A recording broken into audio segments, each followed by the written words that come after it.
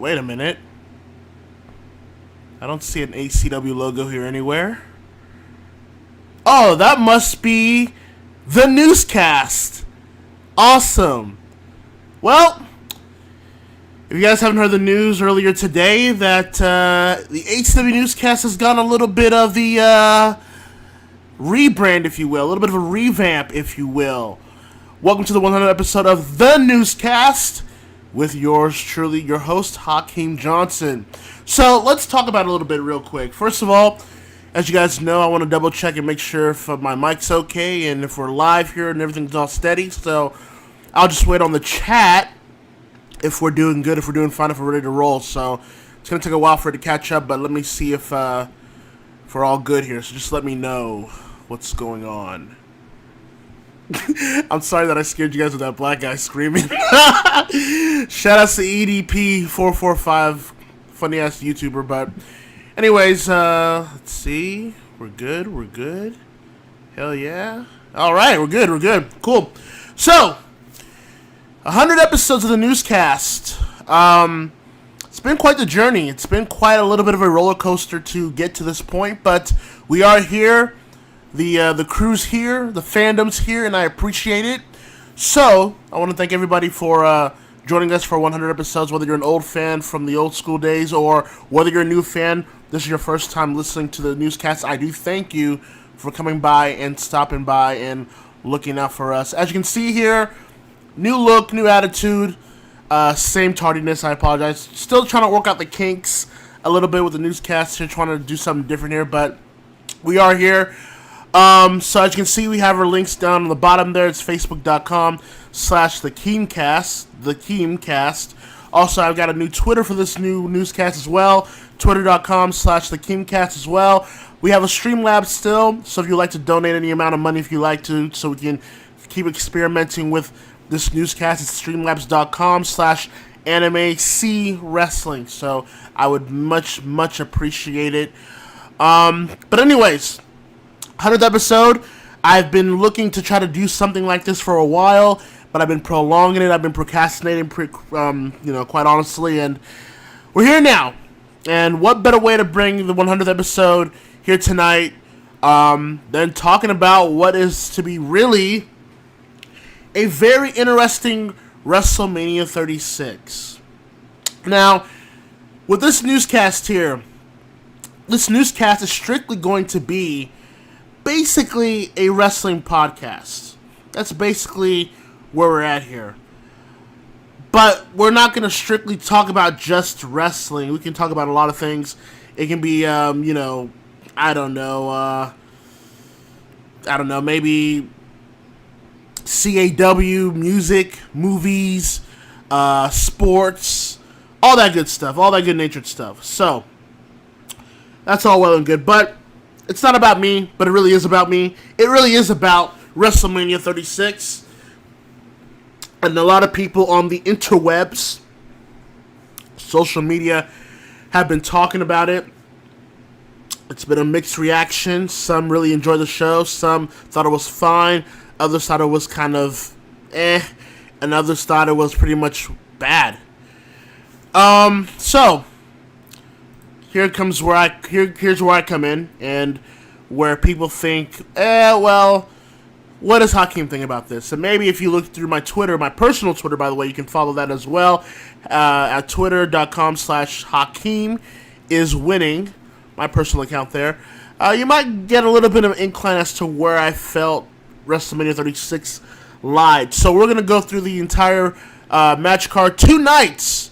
This is the first time ever in WrestleMania history where WrestleMania went 2 nights. Too big for WrestleMania, apparently. 16 matches on the card here, and yes, that's as tiring as it sounds, because it was that tiring. But we'll get through it. This is where Papa Hakeem is here for you. I'm here to lay down the law and give you my thoughts, whether you agree with it or not. These are my thoughts, and if you like it, cool. If you don't, cool too. So let's get things rolling here. We did have the kickoff show in night 1 on Saturday night here this past weekend. Cesaro going 1-on-1 against Drew Gulak. Drew Gulak has been partnering with Daniel Bryan in recent weeks on SmackDown. Cesaro is part of the, I believe, called the Artists Collective, with Intercontinental Champion Sami Zayn and Shinsuke Nakamura. I was able to catch this match. I thought it was fine.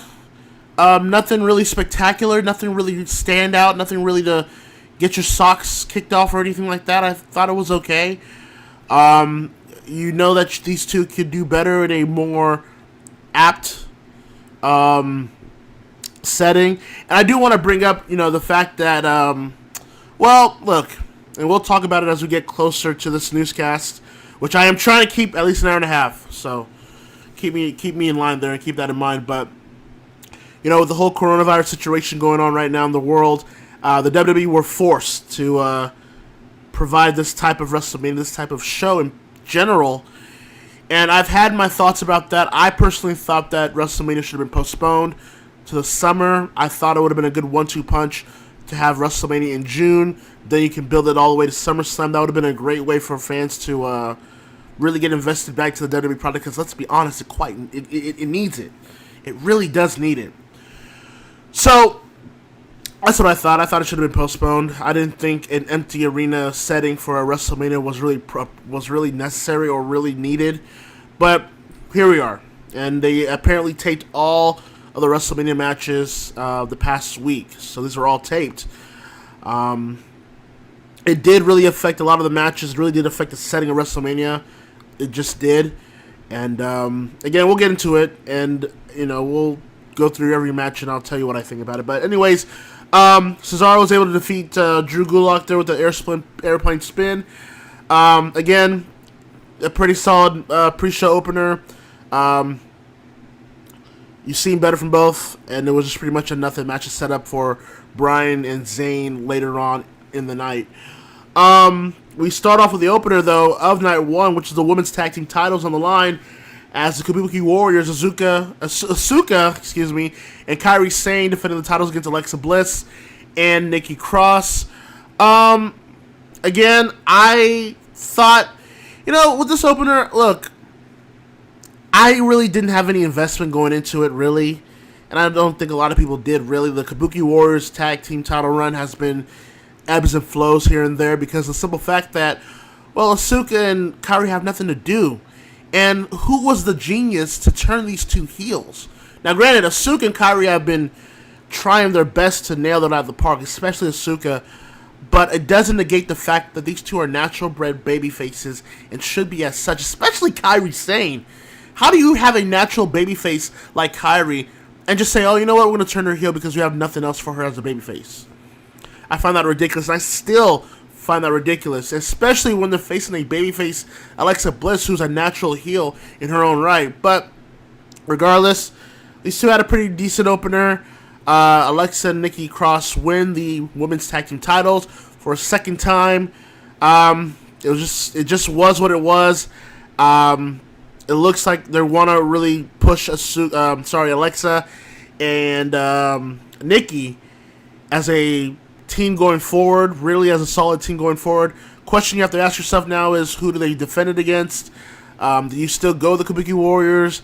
Do Sasha and Bayley's team up as a side feud? Fire and Desire are pretty much broken up. The Iconics haven't been around in God knows how long. Who do you really give it to? So who knows? But anyways, who knows? We'll see. The rumors are out there, as someone did point out on chat here, that Kairi Sane might be getting courted fairly soon, as her contract is set to expire of July of this year. Now, granted, I don't think, if you want to really put a bet on it, for me personally, I don't think I see Kairi Sane leaving. I just don't. But it has been rumored that Kenny Omega has had Kairi on his target list of talent to bring to AEW. Obviously, the Bushy Road takeover of Stardom will also entice her to come back maybe to her stomping grounds. Who knows if Kairi even leaves, but we will see where they go from here. And Asuka, I believe, we'll see where she goes from here as well. She'll be back to singles competition, so we don't know. And yes, we all know Kairi did get married as well. Congratulations to Kairi Sane and her husband for recently tying the knot, so that's all good. Next match on the card. Oh, the hits keep on coming here. King Corbin going one-on-one against Elias. I thought this match was pretty boring, to be quite honest with you. Look, I know the contrarian narrative here is to say, King Corbin's such a great heel. He gets heel heat. He gets this and he gets that. When you have to big up a very milquetoast talent like King Corbin because the standard of what a heel should be is so low, then of course you're going to have certain reservations about talent. I don't deny that King Corbin can extract some sort of reaction, but it's not enough to think that he should be a world champion. It's not enough to where we should think that he's the best heel in the world. He's not. And yes, I'm sorry, and people are going to get mad, and we're going to get mad about it throughout this entire newscast. If you see the newscast episode title, Stamford Syndrome, which should be with an M, not an N. I kind of screwed up there, but doesn't matter. You get the point.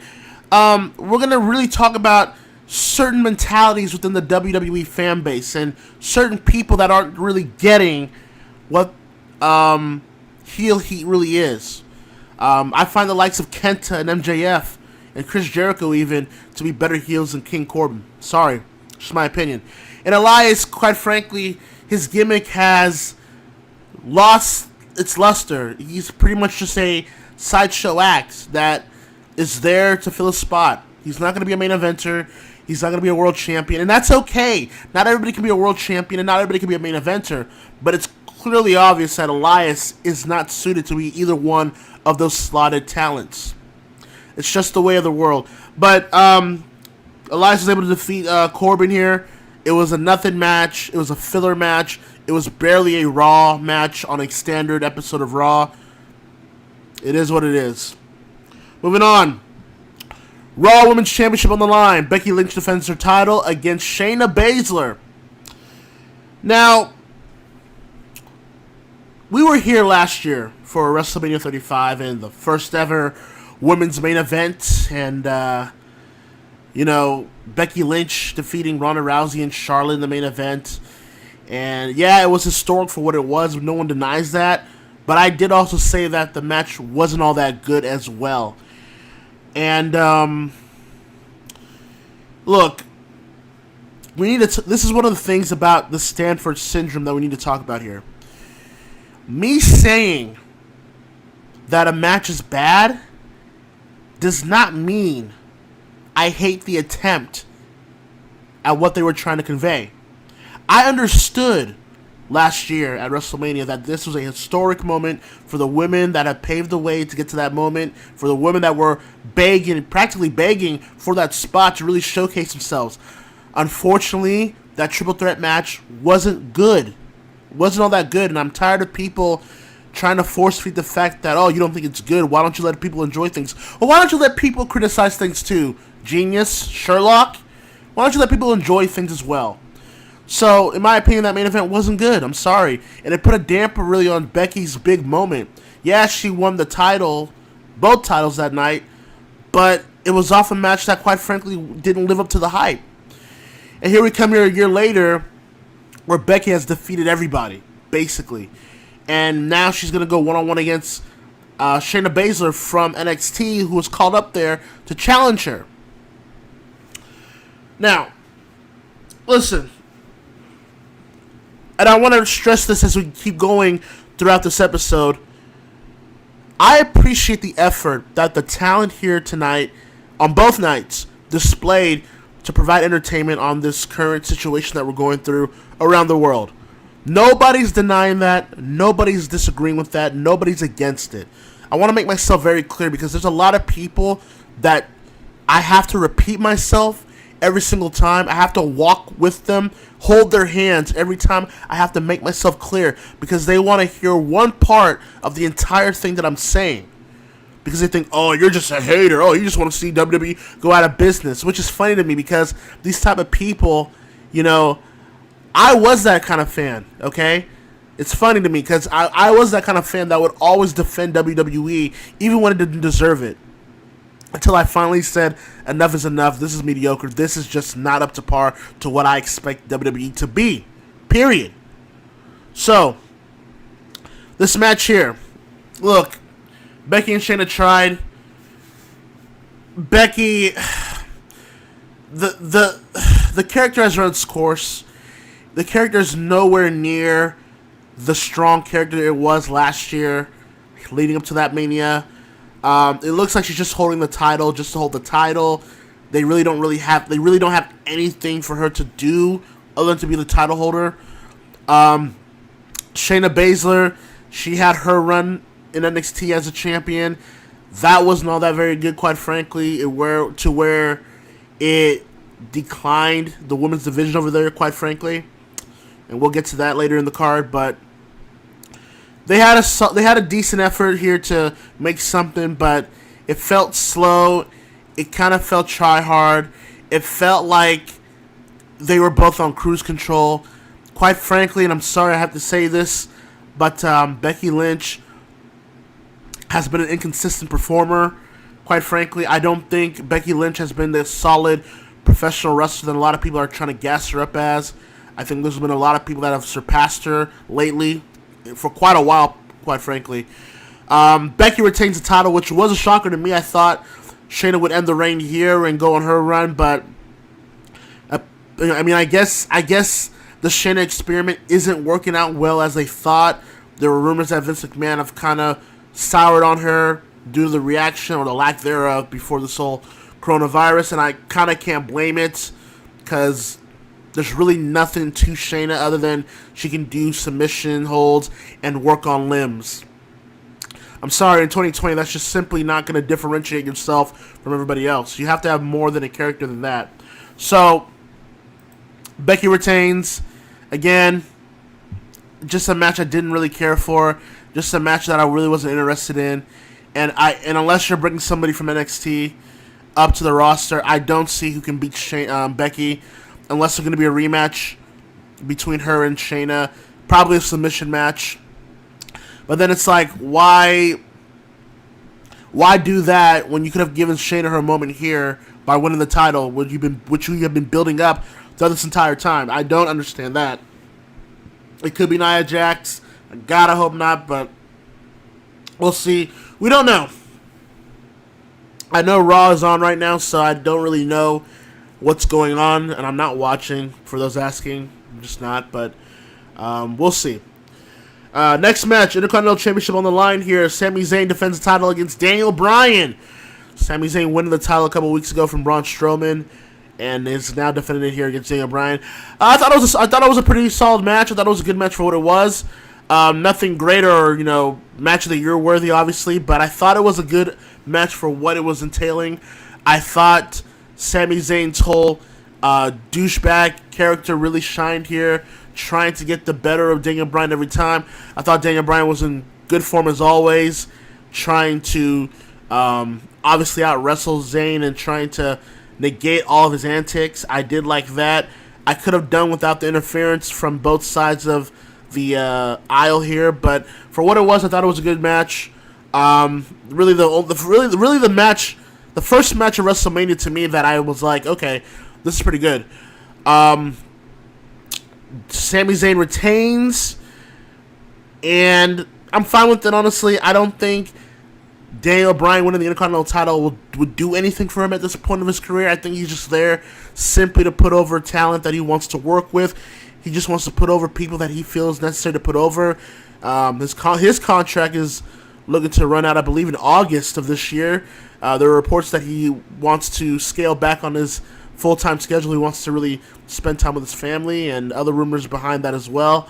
But if that's the case, I'm fine with Daniel Bryan really just, picking and choosing who he wants to work with and who he wants to put over before he winds down. I mean, if anyone deserves it, it would be him of all people. But I'm fine with Sami Zayn winning here. I'm fine with him retaining here.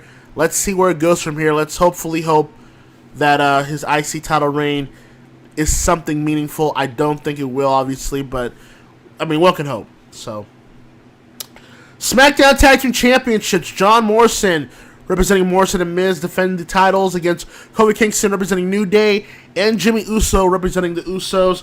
Obviously, plans changed. Rumors that Miz was sick during the taping of this WrestleMania match, which caused an audible, so it had to be a triple threat ladder match for the tag team titles. It is what it is with that. Again, I thought this match was really good. This was the point of WrestleMania where I was thinking, okay, WrestleMania started to pick up. It's starting to look good here to me. I thought it was a really good match. The athleticism from all three of these men has something to be commended for. Kofi Kingston was in good form. John Morrison was looking the best he's ever looked since returning back to WWE. Jimmy Uso, obviously, with his high-risk maneuvers, all obviously in the game. I thought these three put out a good match. I thought these three were innovative. I thought these three were able to work around the circumstances that were snake bit on their part, but they did the best to their abilities to make it work.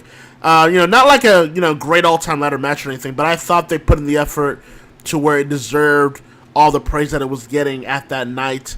John Morrison winning for him and Miz, so they retain the tag team titles. I'm fine with it. You've already went down the well with the Usos and New Day as champions. They don't really need to be tag team champions anytime soon, quite frankly. Miz and Morrison, are they the ideal tag team champions right now? Probably not. Quite frankly, I feel like Heavy Machinery should be the tag team champions, and maybe that's where it's going to be leading to anyways post-WrestleMania. But I'm fine with Miz and Morrison retaining because there's more opportunities with them than the Usos and New Day as champions at that point. So, kudos to Miz and Morrison, but you get the idea. Let's see here. While we were waiting for the next match, the 24/7 championship was on the line, apparently, as Mojo Rawley was able to defeat R-Truth and Gronkowski. That's right, Rob Gronkowski of the former New England Patriots was the host of WrestleMania this year, which I'm not clamoring for Rob Gronkowski to be host again. Let's put it that way. But Mojo Rawley was able to win the title. It is what it was. You kind of expected it. You knew where it was going. Whatever. Next match. Kevin Owens goes one-on-one against Seth Rollins. Again, I thought this match was pretty good. I thought this was a better than your average Raw matchup. Look, I haven't been really fond of this feud, quite frankly. It feels too much like a retread of like one of Stone Cold's feuds from the 90s, to me, personally. Seth Rollins, I felt like Seth Rollins this year, from last year, was exposed as somewhat of an overrated talent, quite frankly, who a lot of people were trying to gas up because he works harder, I guess, than most people, but I thought Rollins was treading water. Him as world champion last year, quite frankly, was pretty bad. I thought he was a pretty bad champion. Wasn't drawing ratings. Wasn't drawing the house. Was putting on some mediocre matches, quite frankly. His character was annoying. His social media presence was annoying. He just sucked as a WWE representative, to me. Him turning heel, while I still don't like it, quite frankly, it's more tolerable than his face persona last year, so I'll give him that. Kevin Owens here. You can tell this man wanted to put in work tonight. And I guess Rollins, too. I'll give him credit, too. I guess Rollins also wanted to play ball as well.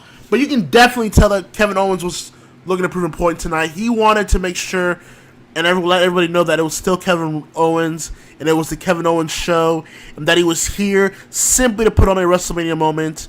The match, quite frankly, like, it was good, nothing special, but the moment, obviously, of the match was Kevin Owens, climbing to the WrestleMania sign, climbing up, and hopping off the sign and nail a senton onto Seth Rollins. That had to suck, man. That had to hurt. Can you imagine? Holy crap. But for what it was, I thought it was, like I said, it was your better than average Raw matchup. I thought it was fine. Nothing special. A lot of people were trying to come after people like me for saying, oh, this is the best match of the night. Look, it was fine. It wasn't great. It was fine. Okay? You know, a lot of these E-drones here want to try to force their opinions on you because you don't agree with what they believe.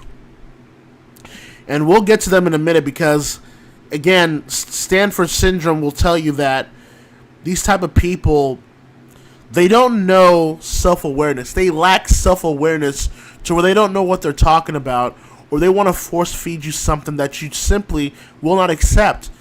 And if they like that, that's fine. No one's saying that they don't have to like it. But, I mean, no one's saying that they have to not like it. But if I don't like it, I don't like it. There's no intricateness. There's no me being an asshole about it. I just didn't like it. And there are certain matches on this show that I didn't like. Period. Deal with it. So, Owens was able to win. Defeat Seth Rollins there. Yeah,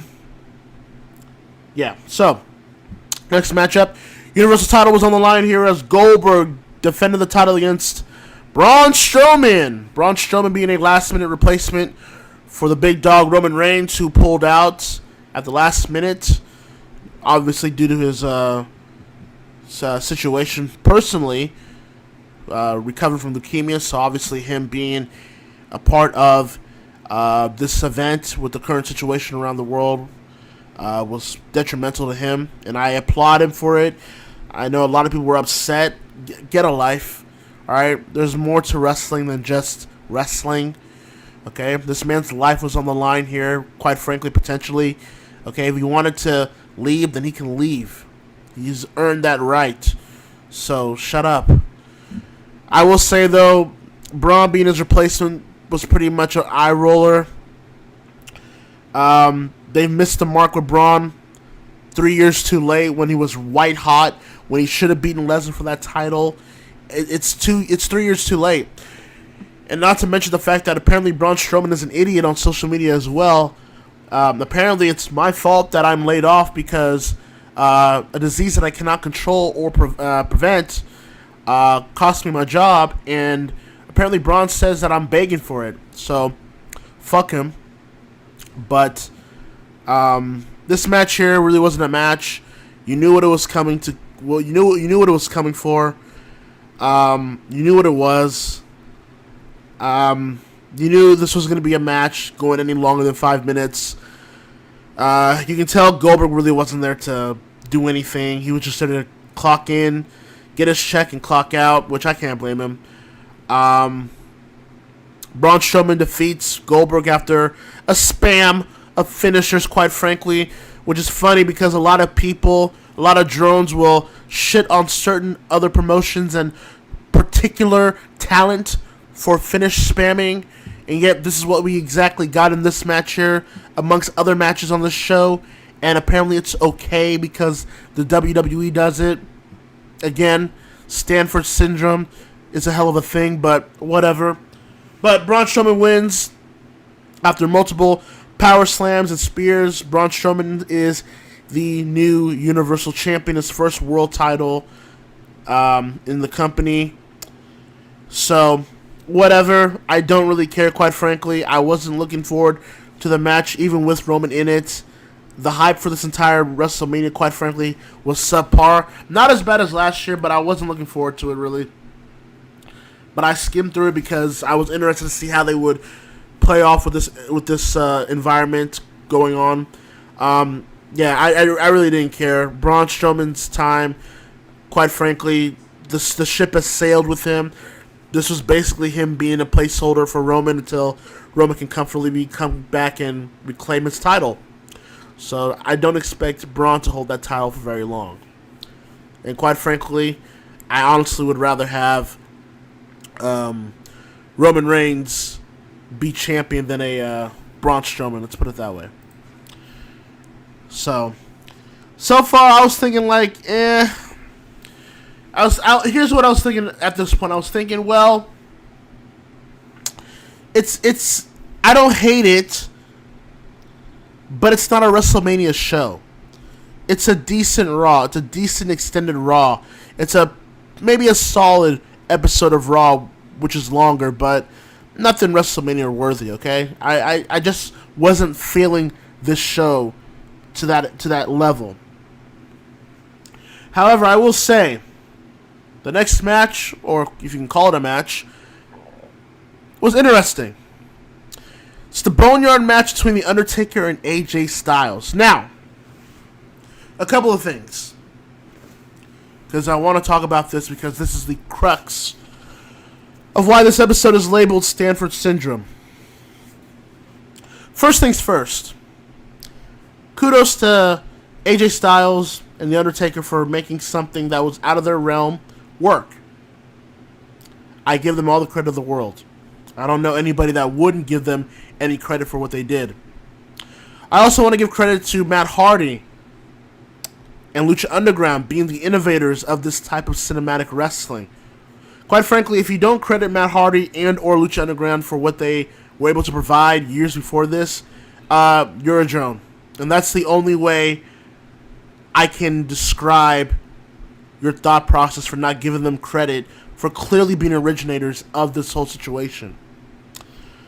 Also, credit to Jeremy Borash, because I know that he's also the, I think he's the, I want to say, executive producer of all things digital and production down there in Florida. So, congrats to Borash, JB in the back, for providing us with some great entertainment. If you watched Impact during the 2016-2017 era, you know Jeremy Borash's work is usually pretty solid. So kudos to him as well.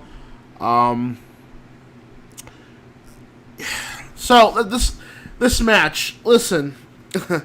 Listen. I don't know if I'm going to call this a match. I'm going to be honest with you. Kind of like I saw with the original Final Deletion with Matt and Jeff Hardy on Impact. I didn't really see it as a match. It was more of a brawl. And that's even being loose about that as well. It was a brawl or an extended segment, whatever you want to call it. First things first, how the hell do you not bring out Rolling by Limp Bizkit when The Undertaker arrived? How the hell do you miss that, Mark? You're a $1 billion company. You could have paid a little bit of royalties to bring that music for Undertaker rolling in as the American Badass, but whatever. Anyways, now this fight here, there will be varying opinions about this whole fight between AJ and Taker. Some really liked it. Some didn't like it. Some are in the middle. And I understand all sides. I'm gonna be honest with you. I understand all sides. Me, I liked it for what it was. I liked the cinematic approach in premise for what it was. Look, let's be honest with ourselves here. Would AJ versus Taker in a regular match have been the right option here?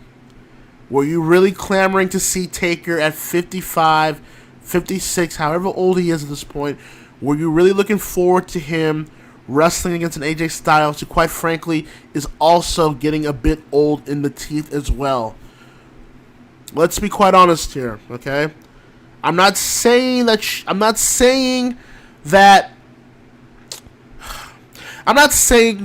this might have been the ideal approach. But did you really want to see those two go back and forth as old men in a regular match and have the OC interfere, and then AJ's got to do twice as much to carry Taker at his stage. You know, it's kind of like, you're damned if you do, you're damned if you don't. That's just the way it is, really. And I will also say, too, as well, you couldn't be Dead Man Taker in this kind of fight as well. I mean, obviously, with the situation worldwide with the coronavirus, that would have kind of hit a little too close to home. So you had to readjust her as the American Badass, or at least a hybrid of the American Badass and the Dead Man. Again, for what it was, I was entertained, okay? Now, I need to talk to some of these drones out here on Twitter, Reddit, 4chan, wherever you come from. I need to talk to you people that are trying to say that this is the greatest thing of all time, the greatest Mania match of all time. This is just the greatest thing ever. If you don't like it, then you're just a contrarian. You just don't know wrestling. Just let people enjoy things, man. I mean, you're just being a hater. You just don't appreciate the complicated art, the intricate art and subtle storytelling of this match, bro. Okay. Shut up. Okay? I liked the match for what it was. Quote unquote match. I liked it for what it was. But, knowing the WWE in 2020, this is a company that likes to beat a dead horse. No pun intended. It is fine on a rarity to do this type of cinematic match. And I said the same thing about the final deletion with Matt Hardy. It's fine to do this once in a while. But if you continue to do it, it's not only going to get old, it's going to start to suck. And that's the point here, okay? Look at all the type of matches that the WWE has ran to the ground to the point where you don't care about it anymore. Hell in a Cell, TLC, cage matches, Elimination Chambers, Money in the Banks now have become contrived as well. Okay? I mentioned Lucha Underground earlier. As much as they were innovators in what they did, they relied too heavy on the cinematic approach at a time where the wrestling business simply wasn't ready for it, which is why they ultimately went to their demise. They weren't differentiating themselves from what they ultimately originated from. Period. And WWE, I have no trust in them to think that the rave reviews that this match is getting, that they're not going to help themselves to keep doing it and doing it and doing it and doing it. People forget they tried this the first time with, Bray Wyatt and the New Day, the Wyatt family, the New Day, when the final deletion broken Matt Hardy thing was getting off on TNA, and they failed. They tried it again with Matt Hardy and Bray Wyatt, and that wasn't as good as the original. Randy Orton and Bray Wyatt with their whole deal, that wasn't any good. So I want people to pump the brakes about this being a great, grandiose thing here. Some people didn't enjoy it, and that's okay. Alright? This is a very polarizing match. It's a very polarizing type of match for people to either enjoy or really not like. And that's okay either way. I'm tired of drones that got on here last night here and were trying to shame people that didn't like it, that were thinking that they're not true wrestling fans, that are trying to insult them for not liking something that is very polarizing. Go screw yourself, man. Screw off. Okay? These type of people out here, they only know one type of wrestling. They only are accepting of one type of wrestling. And this goes to all the drones. And I want to be very clear to myself here, because I know a lot of people will try to, take this out of context or snip it as a sound clip. But I want to be very clear. This is not directed at genuine WWE fans. Look, if you're a fan of WWE, look, I find them mediocre. That's why I stopped watching them fully. Okay? I don't think their product is any good of the praise that they get for some reason. But if you enjoy the WWE and what they put out, more power to you. I'm not telling you that you can't enjoy it. I'm not telling you that you should stop enjoying it. I can just only tell you from my perspective what I feel is not there. I can only tell you what I feel as to why I'm not an avid WWE fan like I used to be. Okay? I'm not talking to those type of people because they can at least say, like, okay, I'm not really fond of New Japan or Impact or AEW or other promotions. They're not really my flavor, but I can see that there's some good in there. And even though I'm really more of a WWE fan, I can also understand that they do some bad as well. I'm not talking to those type of people. You guys are cool. I'm talking about you incessant drones out here that will just love and live and die for this company that do not respect you whatsoever. Okay? I see all these people self-fellatiating themselves into thinking, oh my god, Vince is the GOAT. Vince is the GOAT. Vince is the GOAT. The same man that doesn't give a shit about you, that was still willing to go through with this WrestleMania despite the situation that was going on right now, when he could have clearly postponed it to June and gotten even more bang for his buck there. Okay? So spare me the whole live by the sword, die by the sword here with a lot of you WWE fanatics and you stans and you drones out here and you contrarians and you trolls out here that try to come up here all the time and gang up on people, quote tweet them and screenshot them and do all this type of crap that think that, oh, the WWE is the be-all end-all of wrestling. WWE is this whole monopoly that everyone should bow down and think that pro wrestling is the way it is because of the WWE. You are the reason why this business is the way it is right now. And quite frankly, you are the ones that are out of touch. Period. Because the fact of the matter is, and we're going to do a couple of hot takes here, okay? So let's be very clear here.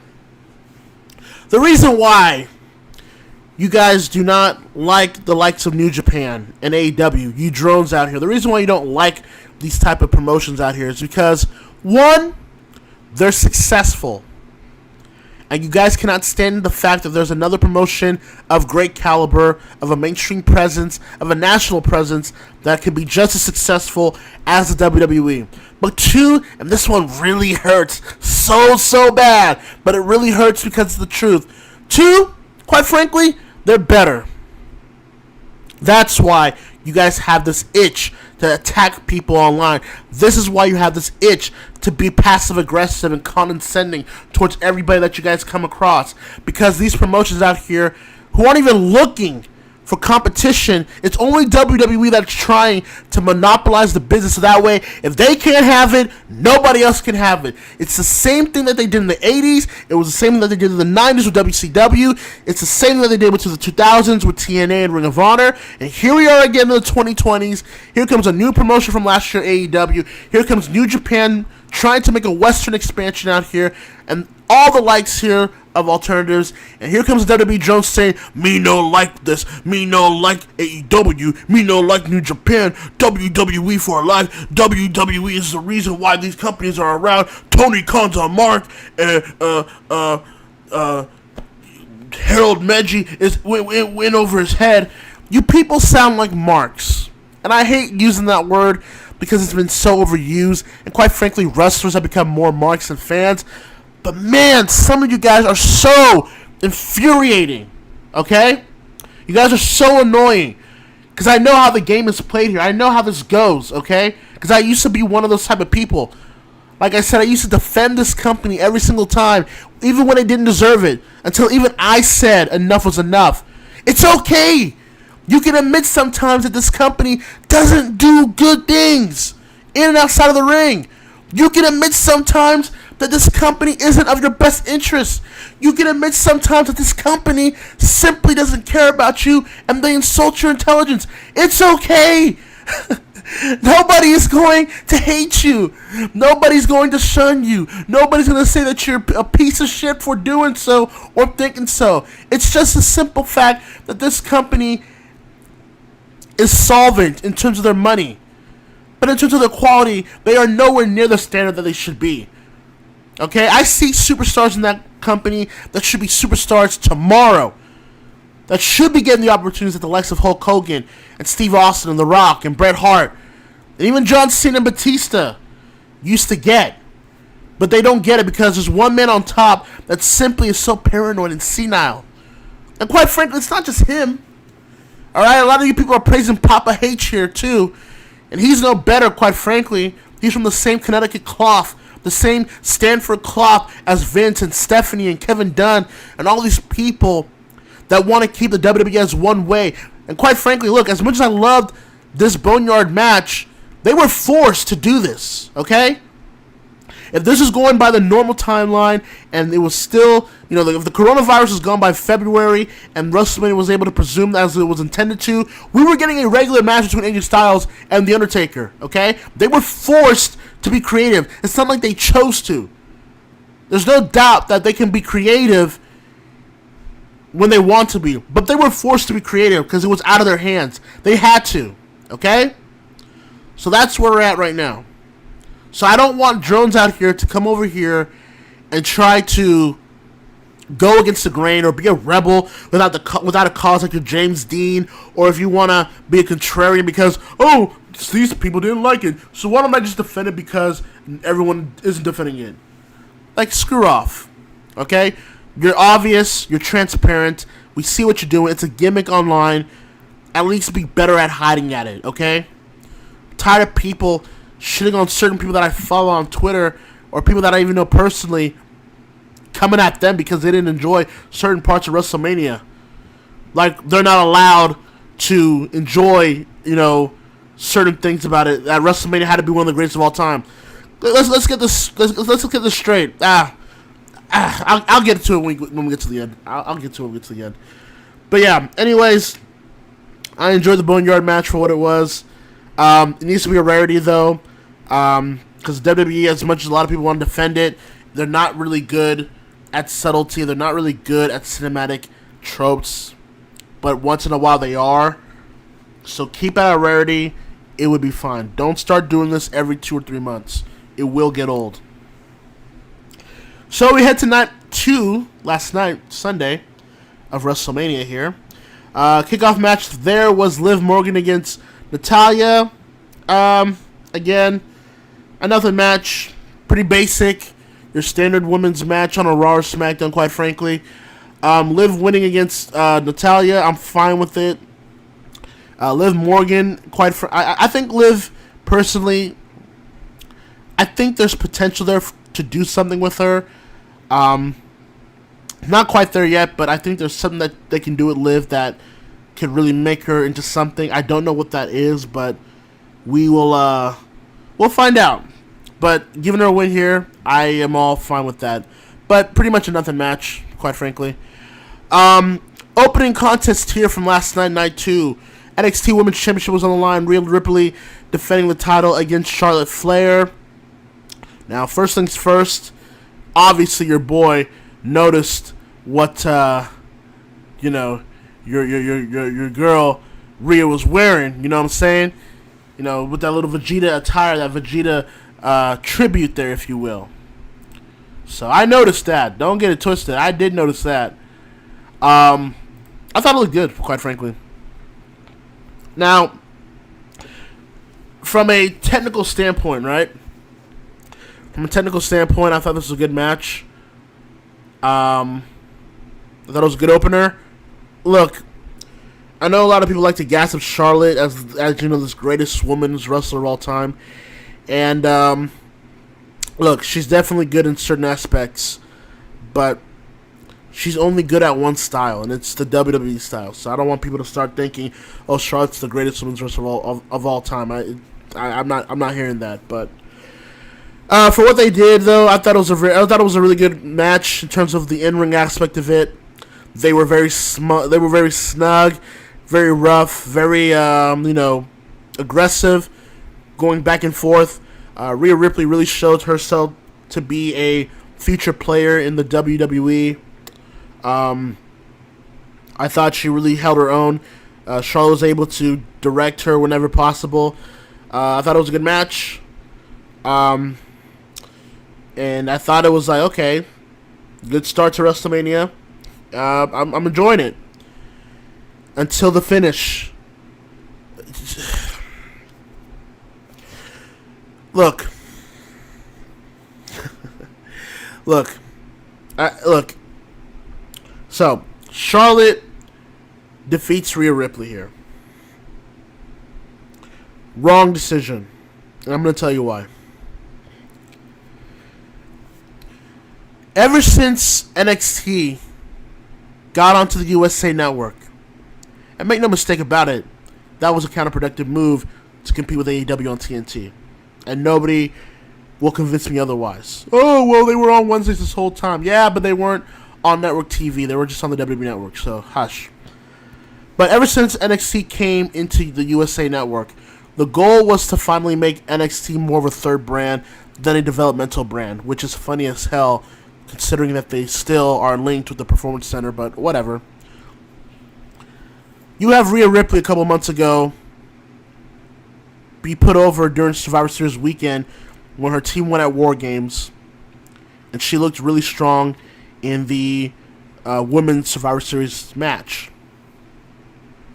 You finally have her defeat the long reign of Shayna Baszler and become the NXT Women's Champion. Okay, I was with that. You put Rhea Ripley over all this time, and then the aftermath is you don't really do anything with her as champion. I mean, really think about it. I mean, I don't really watch NXT because I quite frankly think NXT has declined in quality. Well, I've thought that for years, quite frankly. Just a lot of people are trying to be hidden with the smoke screen that is Gargano and Ciampa and Cole dominating that title reign. But, look, if you're going to at least put Rhea Ripley over, go all the way with her. Don't half-ass it, right? And it just felt like Rhea Ripley really was never a champion. It just felt like she was a title holder. And yes, there is a difference between a wrestler being a champion and a title holder. And that's what Rhea Ripley was. She was more of the latter.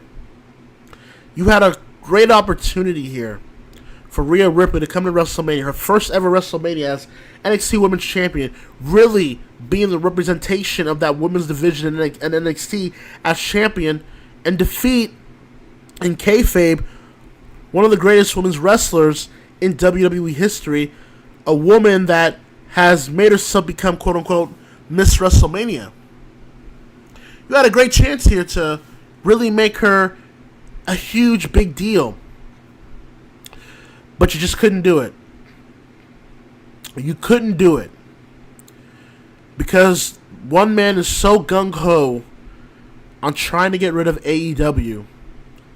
They feel that Charlotte Flair is a ratings draw to stop the AEW momentum. Even though when they tried that the last time, she didn't move the needle as big as they thought.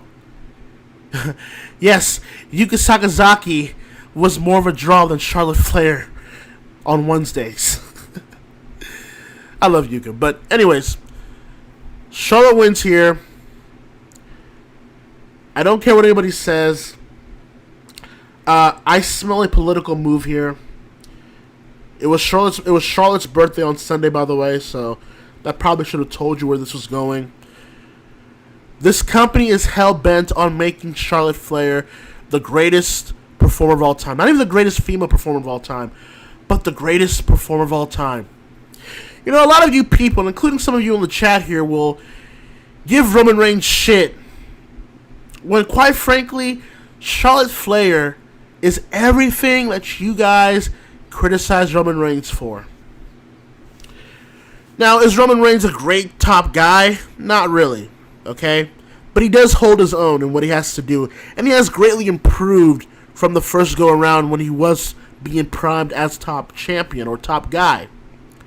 He's improved.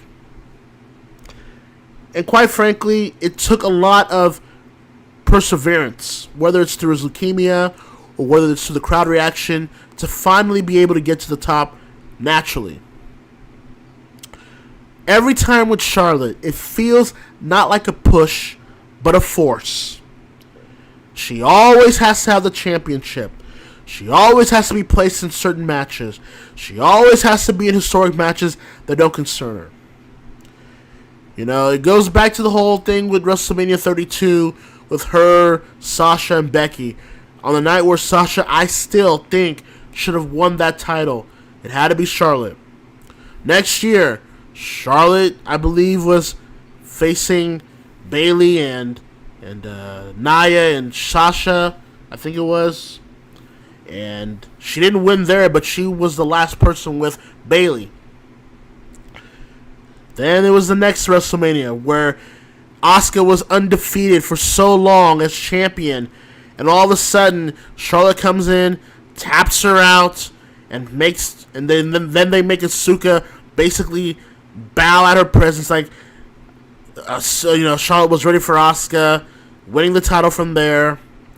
Then last year, Charlotte has to be inserted into a Becky Ronda feud that could have been done without Charlotte because it's a historic WrestleMania main event. It just feels like every time with Charlotte, it just comes off as a political force. Now, whatever Charlotte wants, she'll most likely get it. This is not discrediting her in-ring talent or her, I guess, character, if you can call it that. But Charlotte Flair, quite frankly, is not a draw. She's quite frankly the least draw out of everybody from the Four Horsewomen. The least star potential out of the Four Horsewomen. Quite frankly, if not for her last name, she wouldn't be getting all these accolades, and that's just the fact of the matter. Okay, it's not wrong to say that. It just is what it is. So I feel bad for Rhea. There should have been a night where she should have been cemented here, and Charlotte could have taken the damn loss. All right, it's not like she couldn't be placed back into the title contention picture, but no, couldn't do it. So I hated the finish. I hated the winner of the match. Sorry, it is what it is. I know a lot of people have these diva stands out here that will live and die by the sword, but I don't take any issue with them. I don't really pay them any attention. To me, they're not wrestling fans. They're simply idol worshippers, and especially with the way they come out on online situations, that's all they are. They're idol worshippers. They're not really wrestling fans. But Charlotte wins. Whatever. It was a good opening match in terms of a in-ring perspective, but other than that, I didn't like the finish. Next we go to Aleister Black going one-on-one against Bobby Lashley. Again, just didn't really care. Nothing really to, again, it was clearly a throwaway match to fill up time. It was a filler match to the exact definition. Aleister Black wins again. Bobby Lashley once again. Bobby Lashley, man. Look, I know the money and the security is all well and good, but sometimes it isn't worth it, man. I look at Lashley, a man that was arguably to me the greatest TNA World Champion of all time, a dominant man during his time there, and now he's just simply being made to look like a geek, quite frankly. And, I feel bad. Because if it was me, the second Lashley came back to WWE, he was going after Brock Lesnar in that Universal title. But, that's just me being smart. Damn me, excuse me. Maybe Brock Lesnar should face other people, not Bobby Lashley, who's a hybrid, dual sport athlete at this point. But, whatever. Yes, that was another match. Otis versus Dolph Ziggler. Look, I'm going to be honest with you here. The match wasn't anything home to write about. But it was all about the angle and the finish here. And listen, there are a lot of things about WWE that I find mediocre. And that's just the way it is. WWE, to me, has had storylines that either have not been finished, are stupid, or benefit the wrong people at the end of the day. But I will say, and if you follow me on Twitter, which is at Hakeem is Winning, my personal Twitter, I did say that one of the rare lights of me enjoying WWE has been Otis, has been this storyline, because it's a storyline that many people can relate to. It's a storyline that is simple, it's effective. People know clearly who the villain is. People know clearly who the babyface is. They know where the story's going to go. They ultimately know where the finish is going to be. But that's okay. Predictability sometimes is not a bad thing. You know, we all knew at some point Sonya Deville was the one involved with this whole thing. So that's what it was revealed as. I'm kind of over Dolph Ziggler at this point. You know, Dolph Ziggler to me is somebody that could have been really a big deal, but he pretty much stayed stagnant. So again, the match really wasn't anything to write home about, but the finish was pretty good. Manny comes out, decks Sonya, beats her up, low blows Dolph Ziggler. Otis puts him away. Otis gets the win. Right winner, right finish, right outcome. After the match, Otis, my boy, my big thick boy, stakes and weights after pining for months, damn near close to a year, for the affection of the golden girl, the golden goddess, trying to get in them lips, trying to get that suck, boy. You know, my boy is trying to get in there and do what he got to do, because that's what he do, and he's not Mark Henry. You know, Otis knew what he wanted. He stayed the course. He got hurt a couple of times, but he still had love for her. And at the end of the day, just picked her up, wailed that tongue like he was Dwayne Johnson, and went all up in there. I'm talking tonsil hockey, boy. I'm talking about part in the sea. Okay, maybe not part of the sea because this is still a PG product. Maybe not that far. But, yeah. Otis finally getting the girl. Finally getting the kiss from the girl. Been built up for a year. Awesome job. Loved it. Otis was a made man here. Right outcome. Right finish. And I'm looking at the chat here. Yes, I would say Otis did pull a Danny Beaky. This goes back all the way to Animania, I believe, 4 in Miami, where Danny Beaky finally got Asuka Kazama, and, you know, they got to be a couple, and they had love. I ain't trying to cry, man. But that shit was beautiful, my dude. Oh!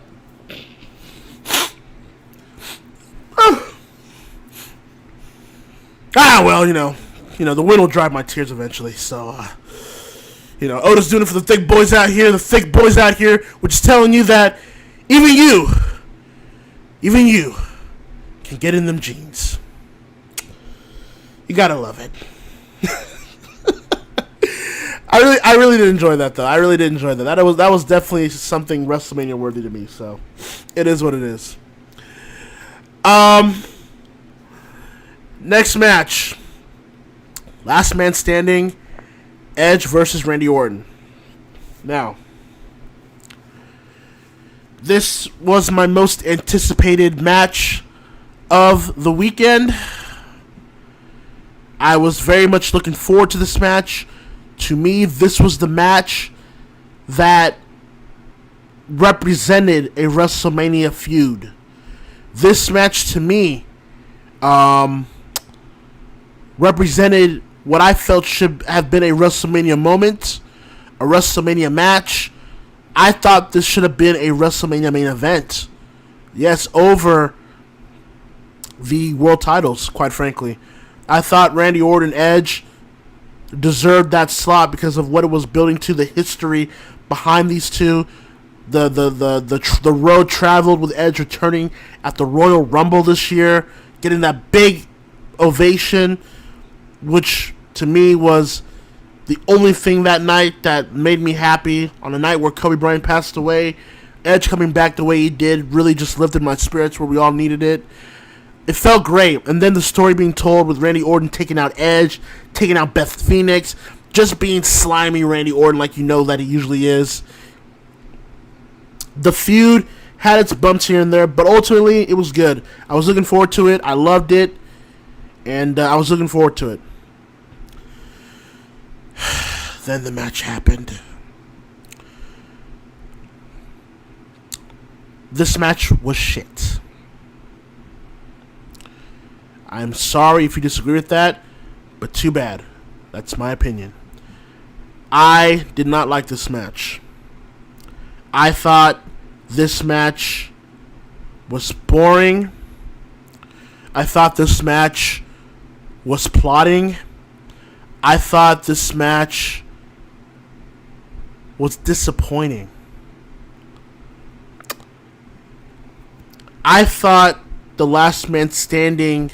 here's the thing about the last man standing rule. It only works with a crowd. That's the irony about it. When the ref has to count down a fallen opponent and has to let the crowd count along with them. 1, 2, 3, 4, 5. You know what I mean? That really involves crowd participation. So when you have to hear the referee count out every single goddamn time with echoes in an empty arena and an empty building, it's not the same. It's empty. It's soulless. And look, I get it was personal. There were parts about it that I could understand what they were going for, but this did not need to be 30 goddamn minutes, man. Especially with what we got. Especially with what we got.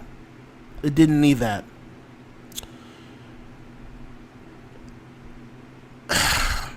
And I hate to be this guy, but fuck it. I'm going to be this guy because it was very obvious what it was. How the hell do you do a spot having one of your opponents hang off of a gym machine when a week and a half ago the Dark Side of the Ring documentary came out about Chris Benoit?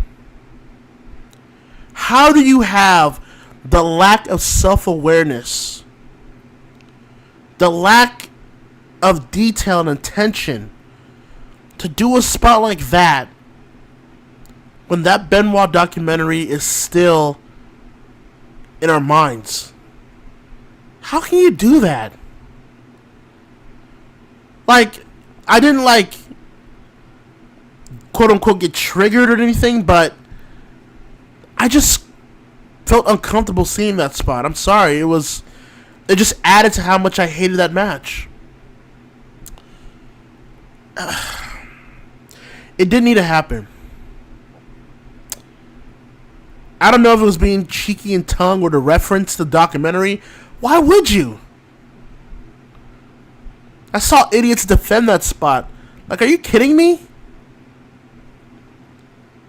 People were saying oh no, that's not what it was. That's not what it was. How can you? How can you look at that and not see it as what it was? So that sucked. And frankly, like I said, this match sucked. I appreciate Edge for coming back and making this work, because I could tell he wanted to make this work for how out of sync and out of action he was for all these years. But man, oh man, it just didn't work. This was not a good match. And people, again, fucking drones out here trying to defend this as something great. And it wasn't. Sometimes things are shit. It's okay.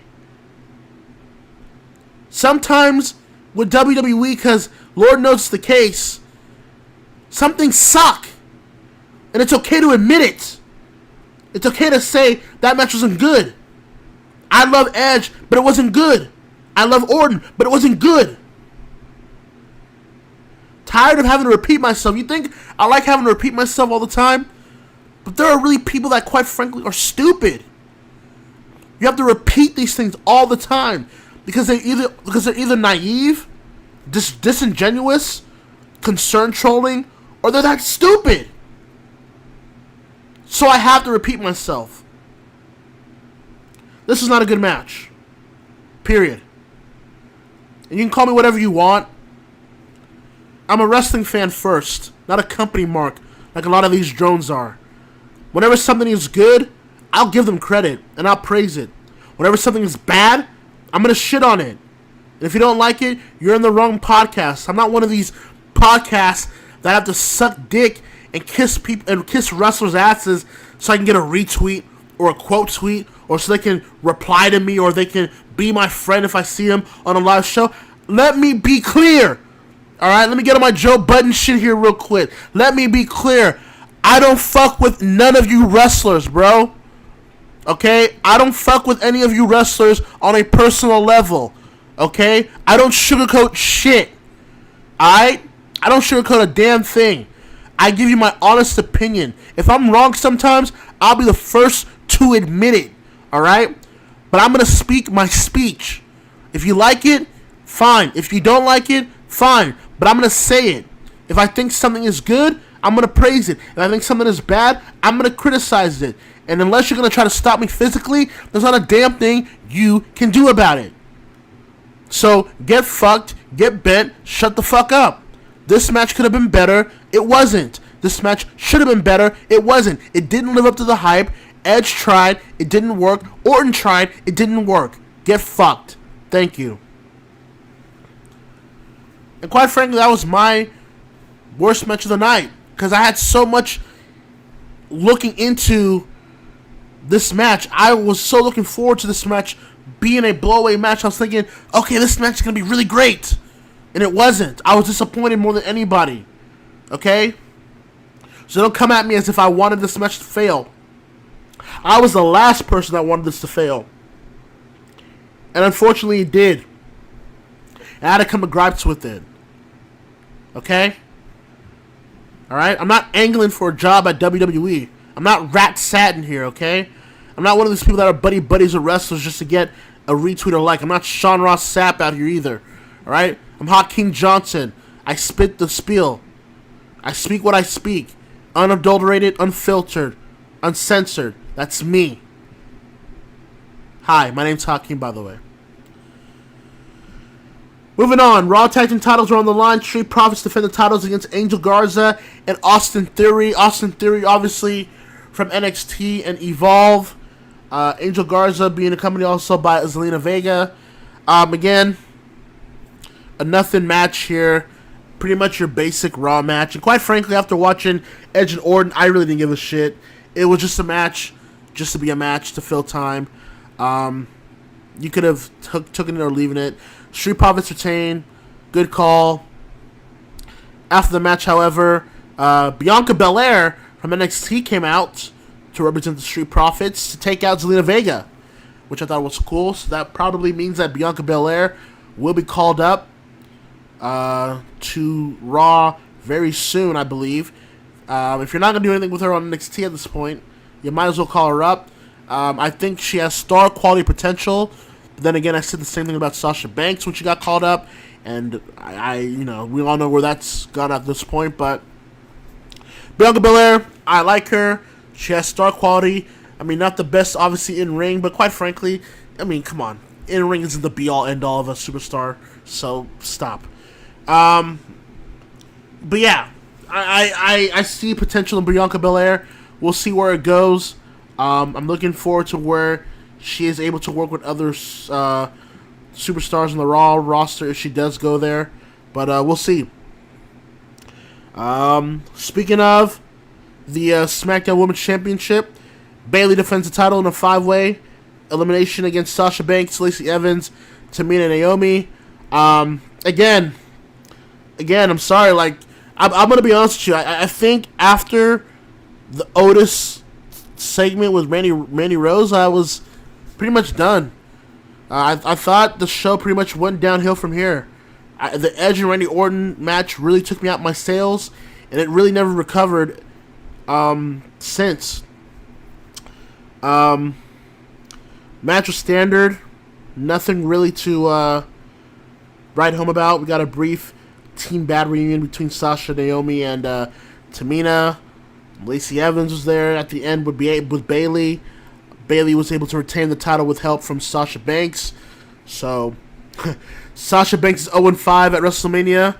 So I guess we have a new streak going on with WWE.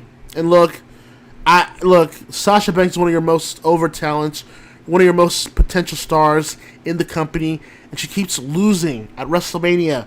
She keeps not getting her moment at WrestleMania. All the other horsewomen have their moment. Why can't Sasha have hers? When she's arguably more of a star than all three of them, quite frankly. And I know WWE at some point is going to be like, well, we'll just build a storyline of it that Sasha never wins at WrestleMania, so we'll give her this WrestleMania moment. But you just can't do that with someone like Sasha.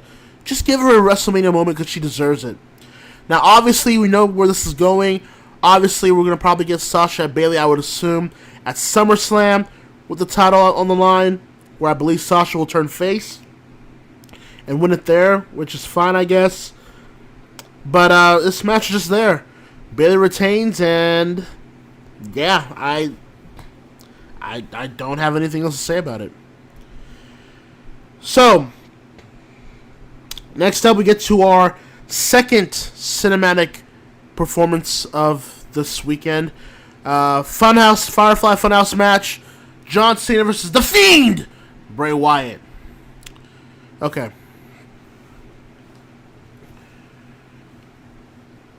Like I said earlier, I liked the Boneyard match. I thought it was gritty. I thought it was entertaining between Taker and AJ and what they were doing. I thought it was pretty good, all things considered. This fight here, let's be real. Let's be quite real here. Without the angle of looking through Cena's career perspective in this fight, this match was really nothing. I didn't enjoy this match. Sorry. Didn't enjoy this match as much as I did with the Boneyard match. It is what it is. What I did enjoy of this fight, though, however, is the career perspective of John Cena. Going through his career. Being the ruthless aggression guy. To, word life John Cena. To chain gang John Cena. To Marine John Cena, and then to where he is right now. I enjoyed the nods to, the NWO, apparently. Which was pretty cool. I did get a chuckle of the Vince puppet saying that's such good shit. I will say that. That did make me pop a little bit.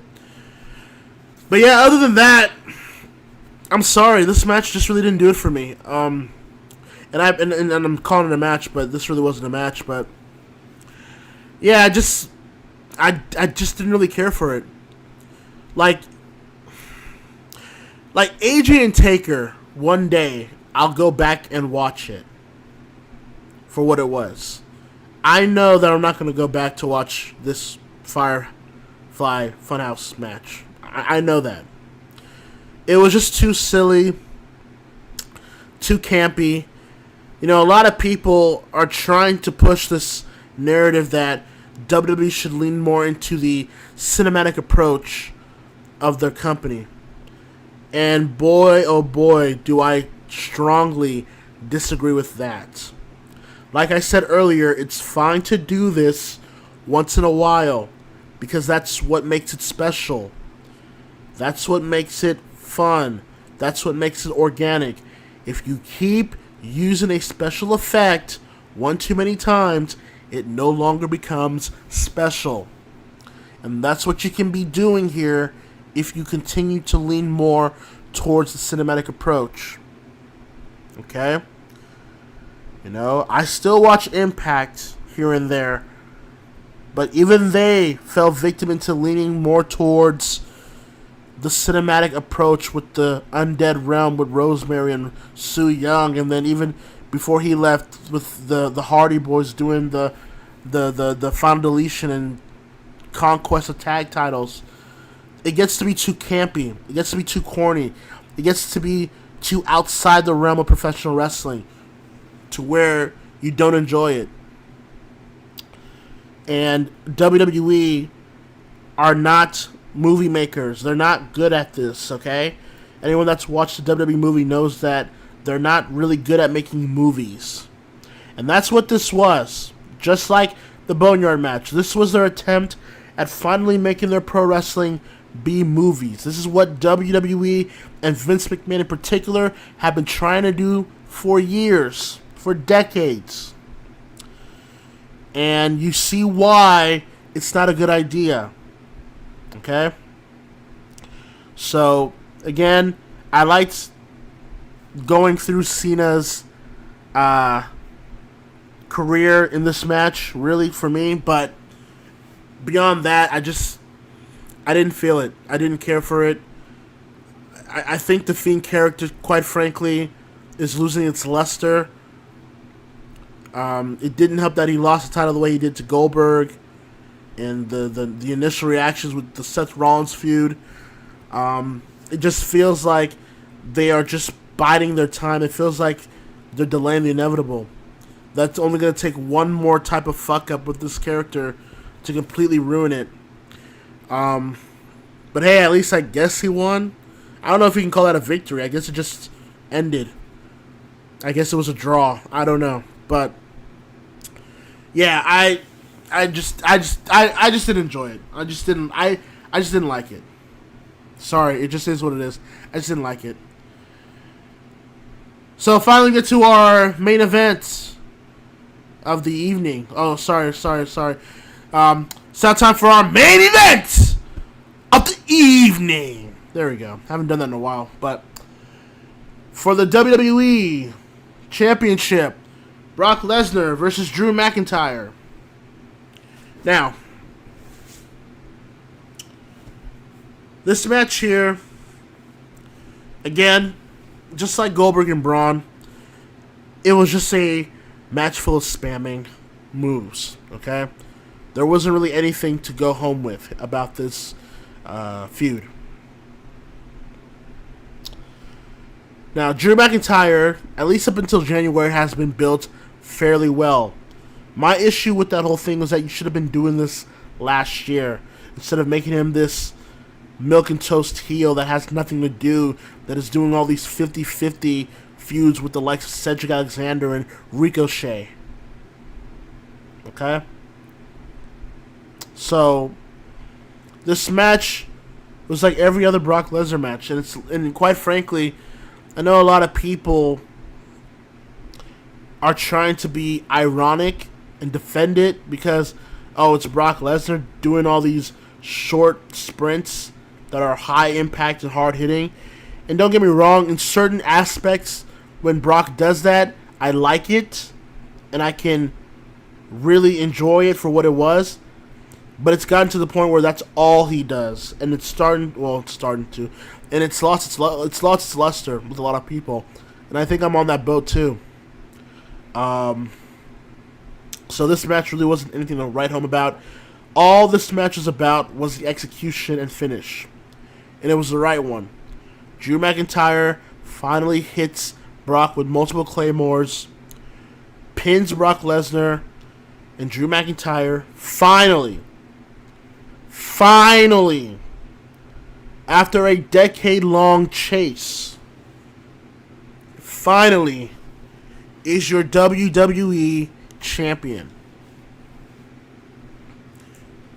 Now, I will say it sucks that the coronavirus has robbed a lot of the companies from that live interaction with the crowd, because Drew McIntyre deserved to win that title in front of a capacity crowd that would have cheered him and loved everything that he was doing. He deserved that.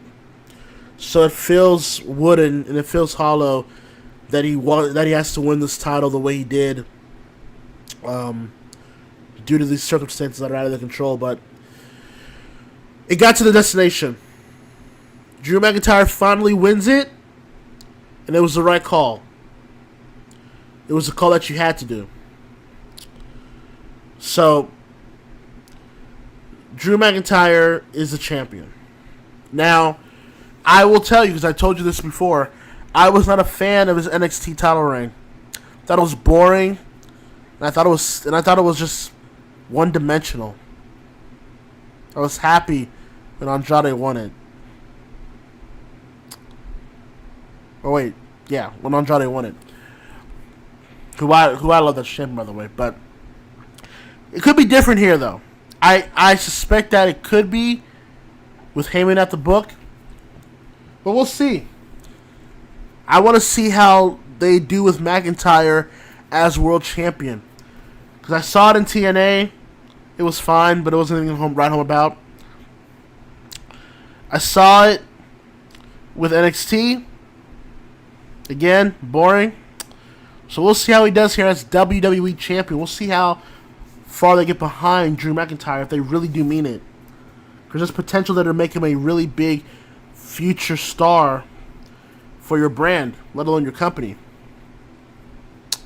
But Drew wins it to end and close WrestleMania Night 2 and close the entire event.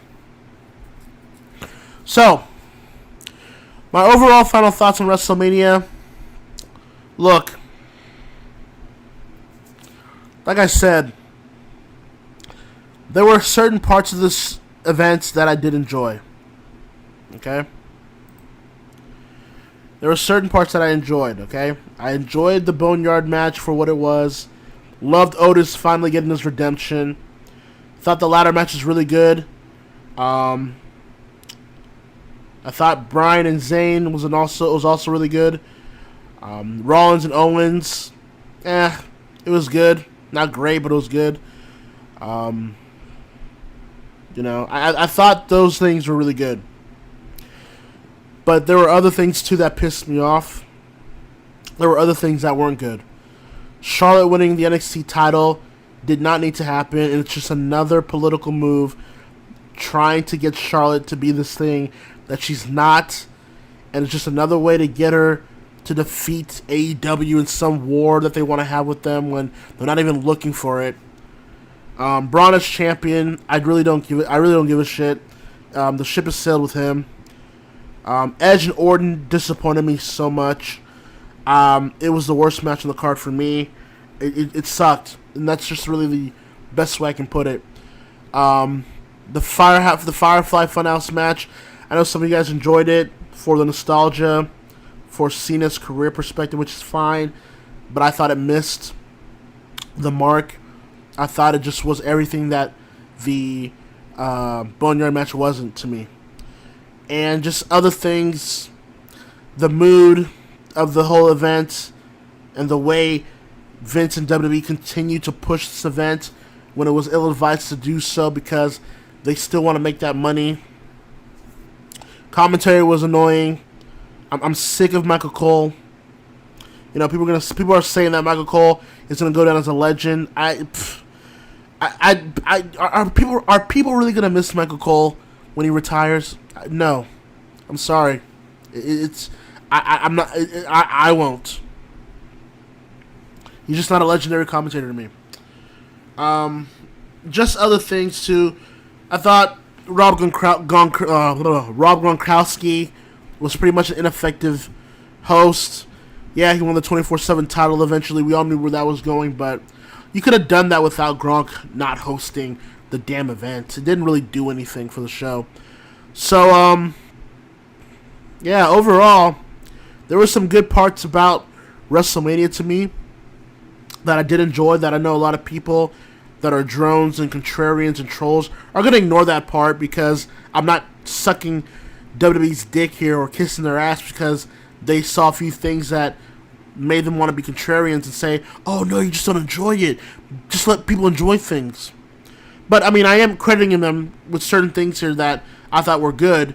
But overall, I thought it was another paint-by-the-numbers WrestleMania. I thought it was just another mania. And look, like I said earlier, I appreciate the effort that the workers, the wrestlers, and the staff did to make this WrestleMania possible among these extreme circumstances. I do appreciate that. Okay? It's not shitting on them for their effort. But I'm sorry.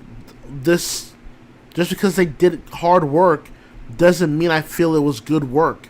There's a difference. And at the end of the day, I just felt like this WrestleMania is going to be, at the grand scheme of things, even though it's unique in its own way, obviously, it's going to ultimately become one of those footnotes to where, it was fine during that time period, but not something I'll go back to watch. Maybe for the Boneyard and maybe for some of you, the Firefly Funhouse match, but really nothing else to really go back and watch. And that's just my thoughts. It was just meh. It was average. It was just an average WrestleMania. Another average WrestleMania to add to a collection of average WrestleManias. You know, I made a tweet earlier this week and I said, because I see someone saying, like, what were your opinions about WrestleMania 30 and onward? And I quote tweeted it and I said, WrestleMania 30 was the series finale of WWE. Because to me, WrestleMania 30 was, to me, the last true great WrestleMania. And yeah, I didn't like Taker losing his streak. Yeah, I didn't like Wyatt losing like a bitch to Cena.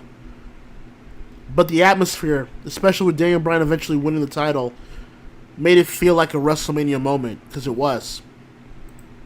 So to me, WrestleMania 30 was like a series finale of the WWE. WrestleMania 31 to me was a standalone OVA. it was a standalone movie that had its flaws, but I guess it was fine for what it was. Where it was the heist of the century with Seth Rollins cashing in and Taker facing Wyatt and Sting making his first ever WrestleMania appearance.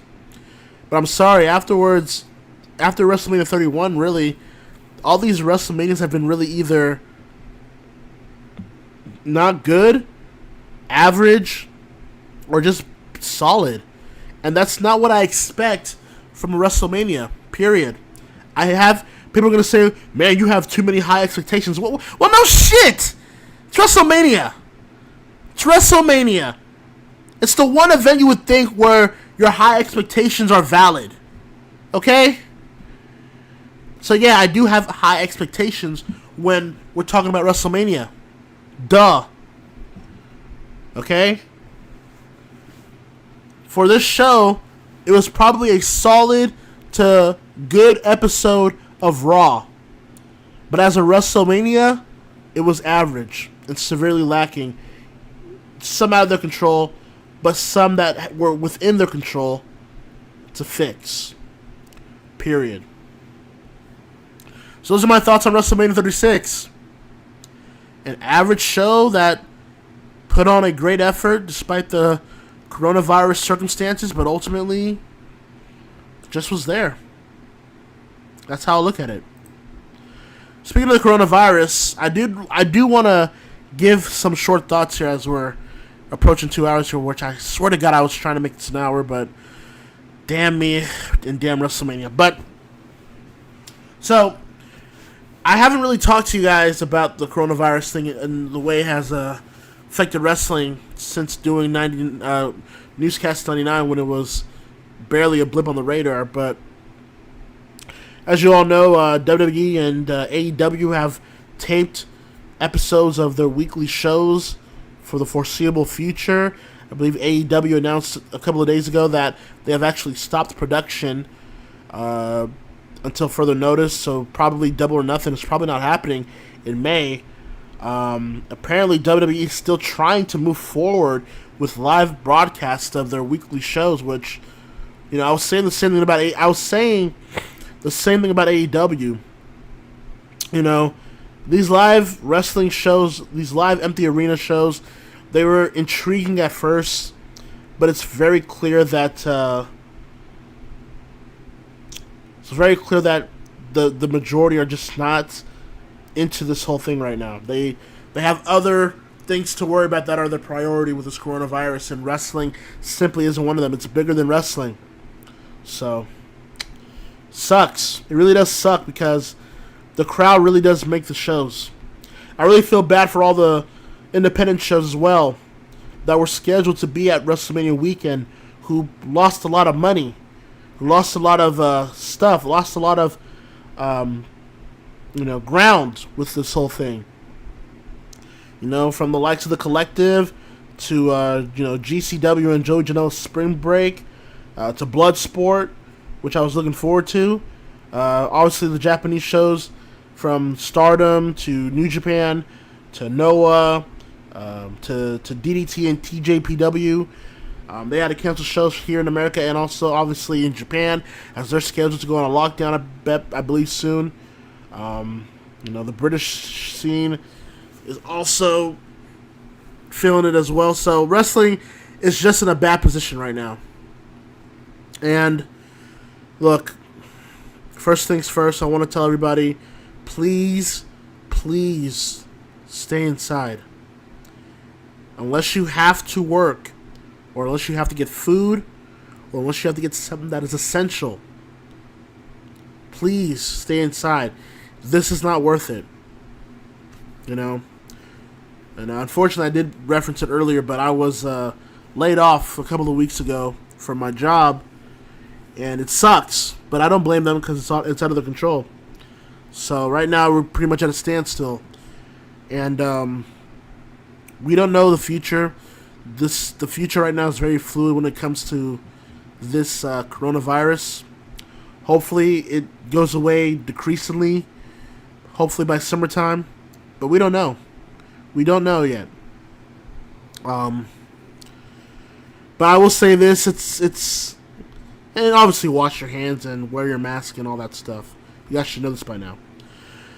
But I will say this: it's going to be a different environment once this is all over. It's going to be a new normal, if you will, once things get back to the standard living, I guess, if you want to call it. Yeah, I don't know. It sucks. Even me, I don't even feel like watching wrestling right now either.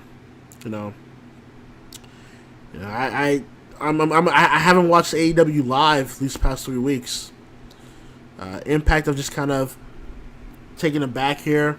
I mean, like, the only matches I've really been watching have been like either old school matches, obviously, like WCW, World Class, WWF, or just watching these empty shows like a Stardom or AEW or or Noah.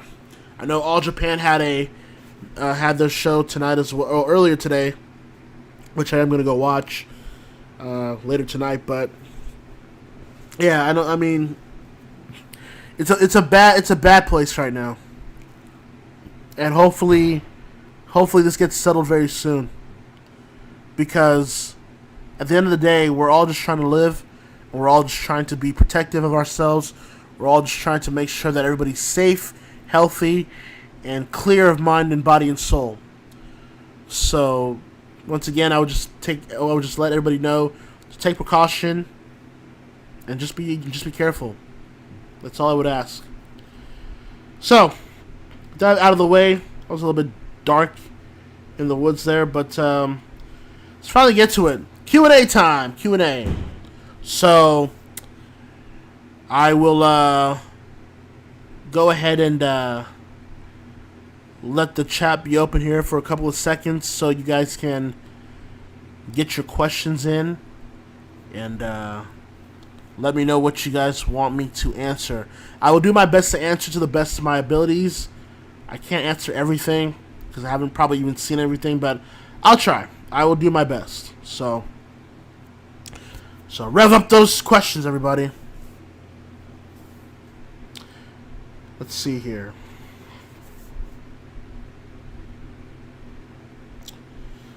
So your thoughts of Brody Lee as the Exalted One of the Dark Order and Matt Hardy representing the Elite on AEW. I like it. I like Brody Lee in AEW as the Exalted One. I know a lot of drones are gotten to and ass mad that apparently Brody Lee is this sort of representative of Vince McMahon in his segments. Unless it's like one or two references, I really don't see it. So a lot of drones are just getting mad because, oh, poor Vince is getting made fun of. Poor Vince is getting made fun of.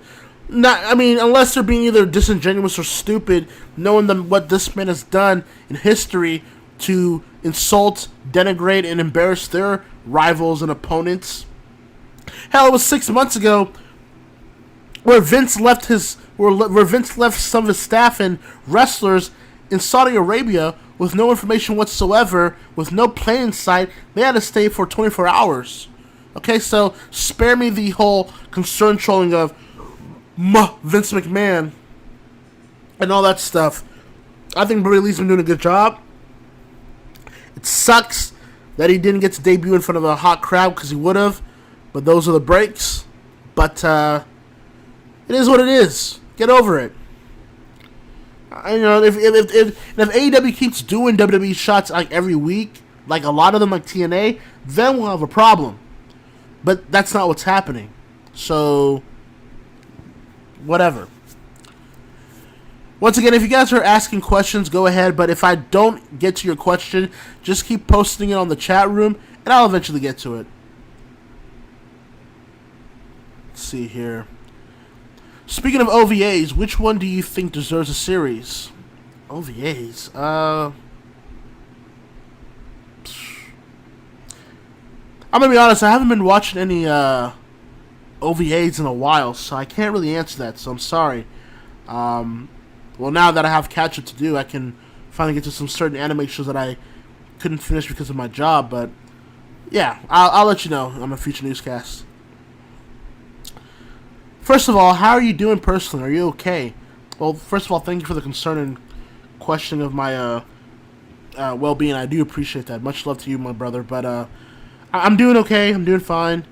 Just trying to get through the sea of looking for a job, or at least trying to stay safe, more importantly. But, I saved enough money in the back to keep me floated for a little while for right now. So I'm doing okay. I'm doing fine.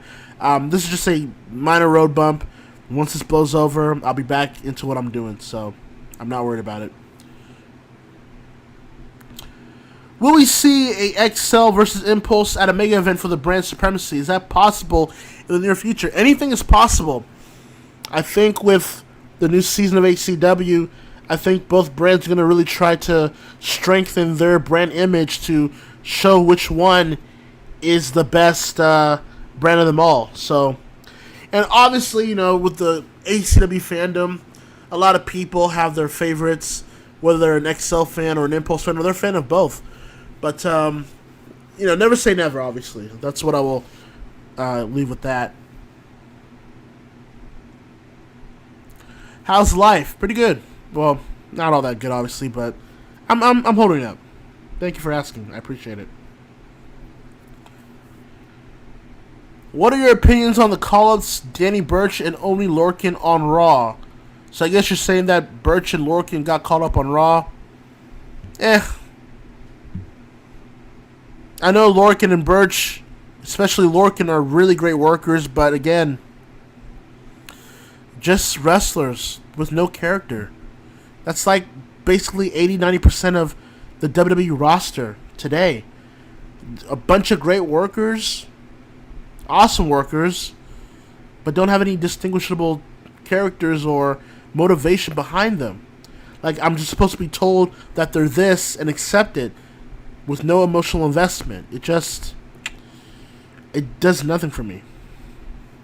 So, good luck to them, but I'm kind of indifferent. Thoughts on Megan Thee Stallion's war against her own label? Yeah, so Megan Thee Stallion's trying to leave her label because apparently she didn't read her contract, and now she has to still abide by that contract until it's fulfilled. Artists, okay? They're not just musical artists. Creators, in general. Read your contract. Or at least skim through the important parts of that contract. And if you can't read it, give it to somebody that will be out of your best interest to look deep into it. Stop signing these contracts because they give you a big downside bonus. Because you're going to spend all of it for stupid shit. I'm generalizing, but yeah, stupid shit like jewelry and strippers and fucking cars and all this shit. And then you don't have any more money. Then you got to actually start putting in the work to get the money in the contract that the labels and the handlers and your agent and your rents will all take advantage of. Your taxes. So she's kind of fucked right now until she figures it out. It is what it is. Have you seen Tanahashi's movie yet? No, I have not. But, again, I will I will be caught up on that fairly soon because I've heard some good reviews about that actually. So I will check that out personally. Did you see the Sonic movie? And so, what are your thoughts? I have not seen the Sonic movie, believe it or not, but I have heard it was really good, which I would suspect it was. I'll eventually check it out eventually. I just haven't seen it. It's been behind my head this whole time, but I'll eventually check it out. How have you been doing lately? I've been doing fine. Been holding up. I got a good family support system, so I've been doing fine. I'm moving back with them and all that, so I've been doing fine. It's all good. Let's see. I already answered that. What are your opinions on NXT Japan? Well, if you follow me on Twitter, you probably should know my opinions. I think NXT Japan is an ill-advised idea. I think it's WWE still deep in their arrogance and ignorance to think that Japan is the same venture as the UK. And it's a different type of business. It's a different type of culture when it comes to pro wrestling down there. And I know that they have their intermediates that they're going to probably bring up, like, Meiko Satomura. I know Sunday Night Girls is basically compromised with WWE at this point. You got Uncle Joan over there learning English and he was going to come over to NXT to do some guest training, but we all know what that means, but that seems to be put to the side. Just a lot of things that are moving that I particularly am not a fan of. It's just another part of WWE monopolization and drones seal clapping, thinking that this is something good. And it's not. They think this is something that is really good and it's never going to be a good thing. I just don't see it being a good venture. And I think they're going to learn the hard way. Let's see here. I already answered that. Did I watch the Gray versus death battle? No, I did not. But don't spoil it though. Don't spoil it. I'll check it out, I guess. Let's see. What do you think about public gatherings not happening until August or September? Yeah, that's gonna be hard to stomach because a lot of the sports. There was apparently a conference with President Donald Trump about the commissioners and owners of sports, NBA, NFL, NHL, MLB, WWE, UFC, all of them were in that conference call. And basically Trump told them that there might not be any big sporting events until August, which sounds about right. So this is going to be a pretty rough summer to get through, quite frankly. We'll see, but it's not looking good. I'll say that. Thoughts on Bleach returning? It's cool, I guess. For some of you Bleach fans, that's probably cool. I was not a big Bleach fan like myself. Wasn't a Bleach fan like myself. I just wasn't into it like I was with Naruto and One Piece at the time of the big three. But I know that other people are looking forward to it, so it's all cool. Thoughts on the anime Kengan Ashura? I have not seen that anime yet, but I will probably give it a look. Any Black Clover characters coming to ACW? Never say never. Black Clover really didn't do anything for me. It felt like a really bad Naruto ripoff, but again, it's the shonen way. It's the whole shonen anime style, so maybe I need to rewatch it to kind of get a better opinion of it. Did you see Gal Gadot and that whole Imagine thing she did? I swear celebrities are so out of touch and pretentious. Yeah, I saw that whole thing that was trending on Twitter and Reddit. It's like, how unaware can these celebrities be? I see all these celebrities, complaining that they have to stay at home, crying like Sam Smith was out here on Twitter, crying like a bitch, talking about, we gotta stay in here. It's like, I miss my friends. I miss being out there. Like, oh my God. At least you guys have a nice place to stay. At least you guys have money to be bored about. Shut up. God, this is why I tell people, stop looking up to celebrities. Stop looking up to these type of people. These people are only there to entertain you. That's it. Stop looking at them as a signal of virtue. Because they're not. They're just entitled, rich, and bored. Eris, sorry. Are you caught up with CAW? Not really yet. I haven't, but I will try to do my best to get caught up. Yeah, I'll look to get caught up fairly soon because ACW is starting to come back fairly soon. Obviously, if you've seen certain posts here and there. Speaking of which, I already made this announcement last night, but we will finally be finishing off the 2019 Elite Tournament Cruiserweight Clash this week. Tomorrow night, as a matter of fact, we will finish out the second round match, the quarterfinals. So we have Gon going one-on-one against Real Matches In, and Izuku Midoriya Deku going one-on-one against Akira Kurusu. Those will be the matches that will be scheduled for tomorrow night. Then Wednesday will be the semifinals from Wednesday to Friday. And then Saturday will be the finals. And there we go.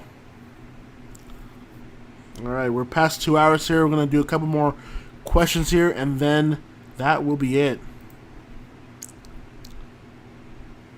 In your opinion, what makes a good wrestling match? It's actually a good question. To me, what makes a good wrestling match is the story that complements the action. An even better wrestling match is when a great story complements a great wrestling, basically. I know we're in the era where it's all about wrestling and high spots and quote-unquote no selling, but they also have stories too, and I had to learn that too myself. Now, be that as that may, I do not like the complete no selling to where nobody gets over, to where everybody is desanitized from these moves. I'm looking at AEW and NXT here, even though AEW does it better, to my opinion. But anyways, to me, it's like storytelling and in-ring wrestling are complementary. You need both to make a good match work. When you don't have one or the other, it doesn't work. So that's what I think. Maybe one day I'll really get into that question, but that's essentially where I look into that kind of stuff.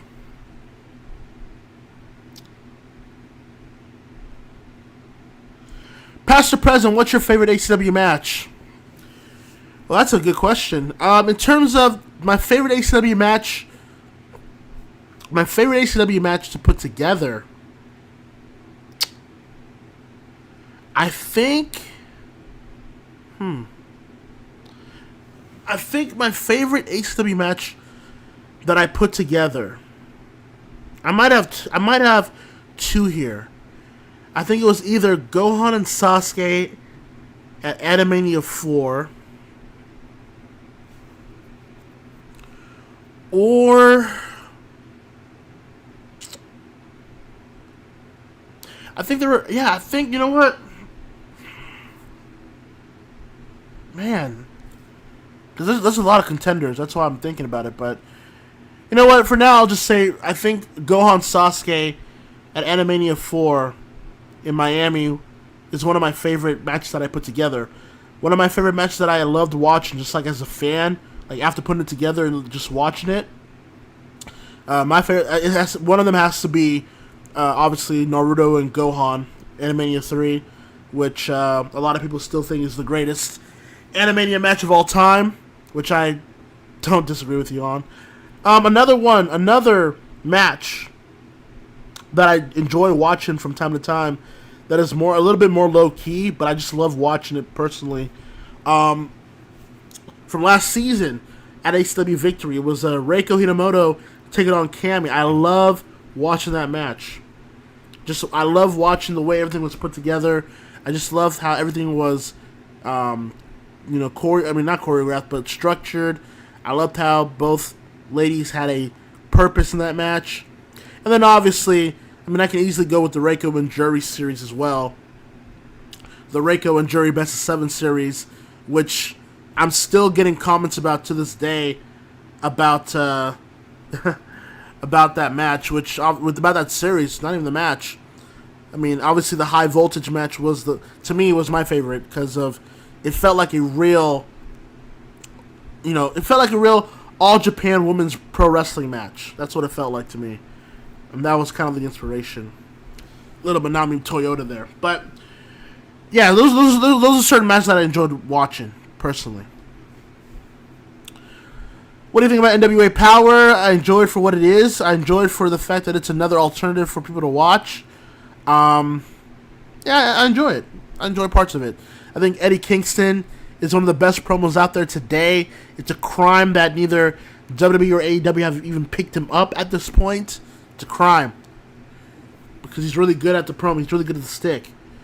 Yeah. Thoughts on Tessa Blanchard as Impact Champion?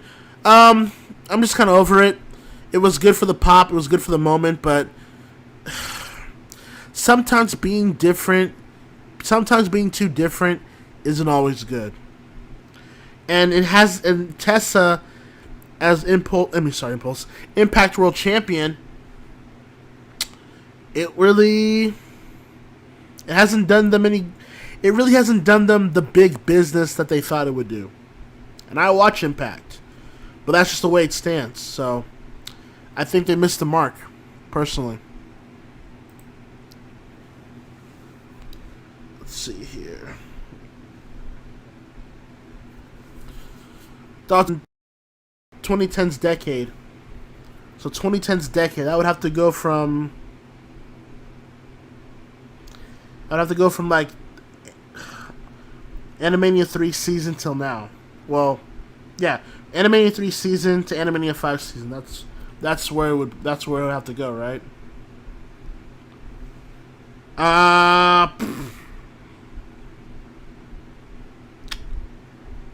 It's probably Gohan.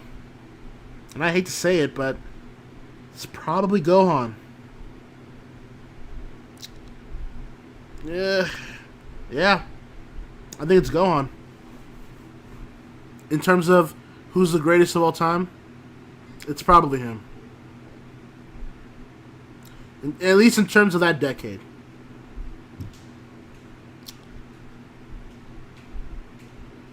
If there was a dream match in both real life and CW that you would like to see, what would they be? I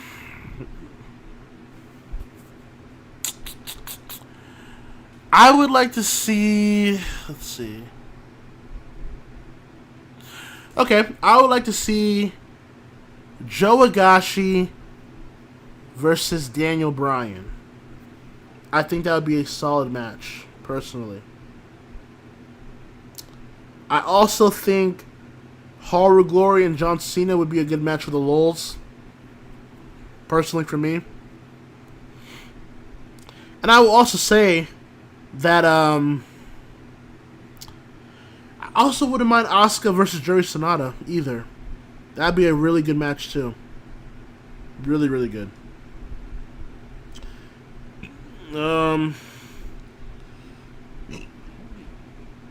What anime did you watch? Well, the last anime that I really watched before I was busy was like Demon Slayer. So I haven't really been watching, well, in My Hero, but that too, so I haven't really been watching anything else because I've been busy. So, but now I'll be catching up and watching new anime to keep up with everything. So there you go.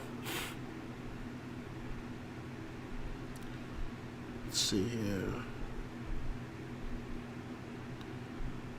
Let's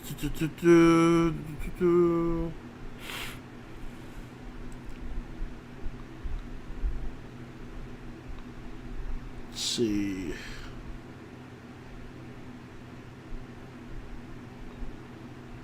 God, we still have a lot of questions here. All right. It's gonna be like, okay, so we'll have like 5 more minutes. 5 more minutes to do these questions, and then I'm gonna be done. Because I want to speed through these.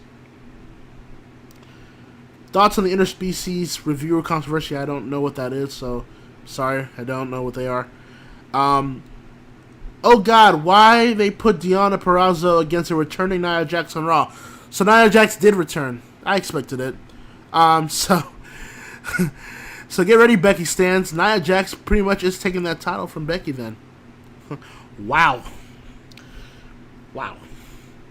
Poor Deonna too, man. I mean, you know, she can wrestle. It's just they're just not letting her be that, I guess. So sucks.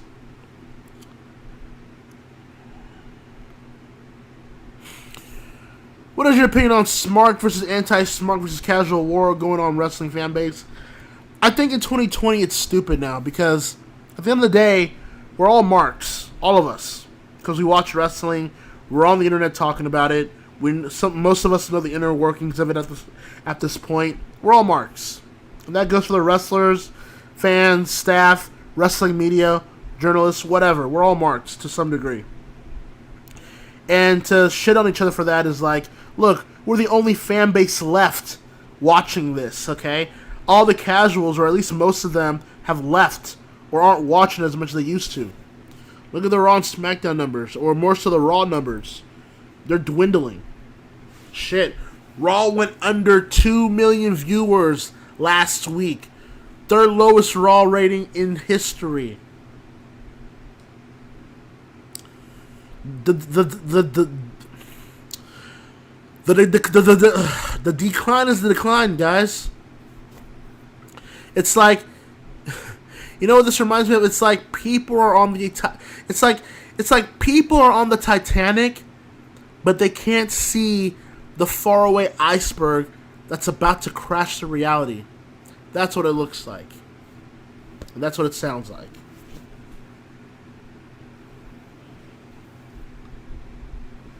Let's see here.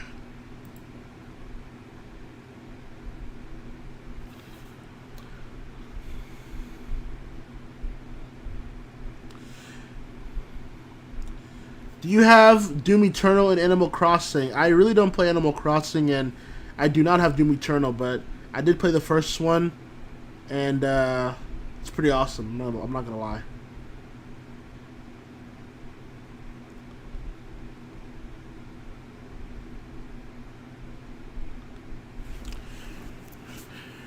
As a person who wants to make a league of his own, is it possible that you could help me in the future so my league doesn't suck? I would think you were saying. Forgive me if that sounds petty. I mean, all I can tell you is what I told everybody before about this whole thing. It's like you gotta want to do it. First of all, you gotta be passionate about doing it. Second of all, pick characters that you have an emotional investment with, whether they're your original characters, cartoon characters, anime characters, video game characters, pro wrestlers. It doesn't matter. Pick characters that you have an emotional investment into and that you can work with. And 3, just have fun. That's really all you have to do. And if you do all that, the cream will rise to the top. It usually does. Take it from experience. I know these things. Congrats on your Hall of Fame induction. I appreciate that. Thank you very much. If some of you guys didn't know that I have been officially inducted into the 2020 Call All-Stars Hall of Fame this year for Call All-Stars 12. It's an honor and it's a privilege to be a part of that. And I want to thank all the fans that have supported ACW and myself throughout these years, that have enjoyed the ride, that have loved it, and have stuck by me through thick and thin, whether you're an old fan or whether you're a new fan. I appreciate each and every single one of you for sticking with me this long. I really do appreciate it. And I will be there at Call All Stars, and I will speak my speech, if you will, and finally speak about all those things. Hopefully I don't go over the runtime or whatever, but yeah, it's gonna be fun. It's gonna be fun. I believe Brendan Wolf and Eddie Mack have also been inducted into the Hall of Fame as well, so kudos to them as well. They deserve it. But yeah, it'll be a fun week. Let's see here.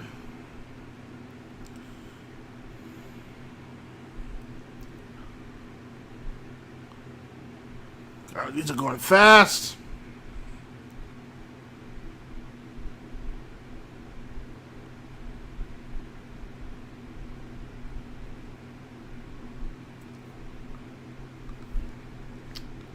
You ever watch Tiger King? I have not watched that, but I mean, I guess it's the rage, so I guess I'm gonna have to watch it. But I'll get to it eventually. Is the Glamour X tournament happening this season?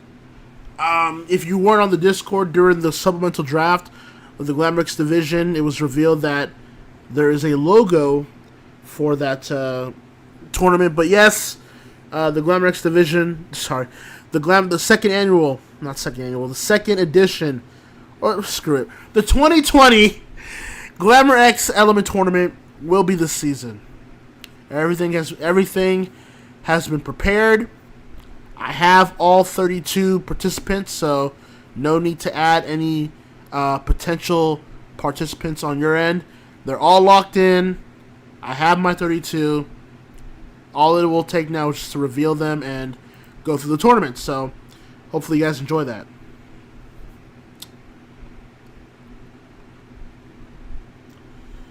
Thoughts on Luffy winning the UCWL World Championship at Holy Wrestlemania? Well, that's pretty cool. I didn't get to see it, but that's awesome on Luffy. Obviously, Luffy is, the current Impulse Road to Destiny briefcase holder. So, who knows? He might be going for a second world title this year as well. So, what's next for Haru Glory after Animania? Who the hell knows? But I cannot wait because Haru will be at XL 99 on the season premiere of Excel to explain that. So, hopefully, we get answers. More people are going to watch ACW more than WWE soon. No, I wouldn't go that far, but one could hope, right? What did you think of Survivor Series last November? I thought it was kind of an okay show. It was all about NXT. They were gassing up and putting over NXT so hard, and then they dropped the ball, and now AEW is still winning almost every week on Wednesday. It has completely stalled and taken away all that momentum from Survivor Series, and has also now been a hindrance to the NXT brand as well. So, sucks.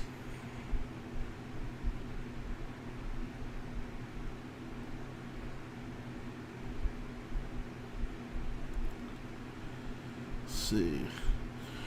What do you think the TNT title will be like? I put it this way: as long as the TNT title isn't like a big logo of the TNT network, just plastered on the belt, I think anything that they make will be fine. Because their titles look good to me. I think AEW's titles look really good to me. The AEW World title looks beautiful. The tag team titles look really good. The women's title, the design, I like it. It's just that the title, the belt design, the belt size is a bit small. I wish they could kind of make it a little bigger, because the design's fine. I really don't have a problem with it.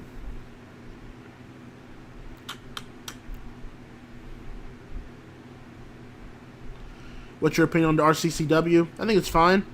RCCW, I know Rick C runs that, so he's got a good voice for commentary. Actually, I believe it or not, I actually do like some of his commentary work, but I enjoy it for what it is.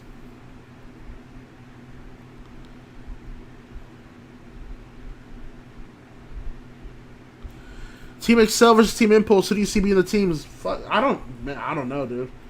I know we just had a draft, but I don't know. What, 5 of Impulse's best versus 5 of Excel's best? I don't know. I couldn't tell you that. I'll leave it up to your imagination. How about that? Okay. Will Gohan appear on Excel? Well, Gohan's suspension is lifted. It is up. So the Gohan suspension is now lifted. He's welcome to appear on Excel at any time.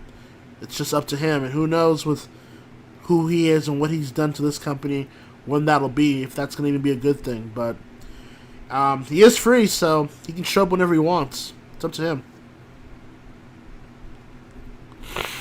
Alright. That looks like that's about it. Okay, so.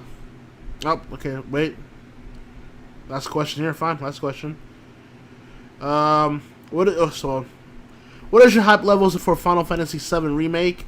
They were high until they got postponed, obviously, but no. It's funny because Final Fantasy VII I liked, but like the other Final Fantasy titles I wasn't really that fond of. Maybe except, I don't know, Lightning's, at least the first one. And I know Joseph popped just now, but nonetheless, I guess I'm kind of still looking forward to the remake, but we'll see how that goes.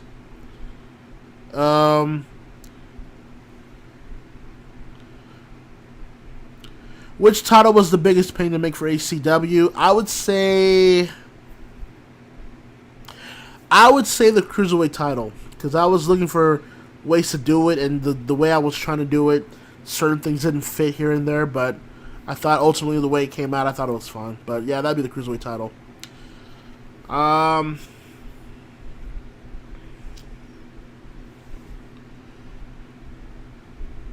Do you think I should use Izetta? Yeah, I mean, yeah, if you want to use Izetta, that's fine. And okay, yeah, that's about it. All right. Well, ladies and gentlemen, thank you very much for joining me on this inaugural episode of the Newscast with Hakeem Johnson, the newly revamped and rebranded ACW Newscast. I will try to do more of these frequently, and since this coronavirus situation is fluid and still real, I'll have more time to do it.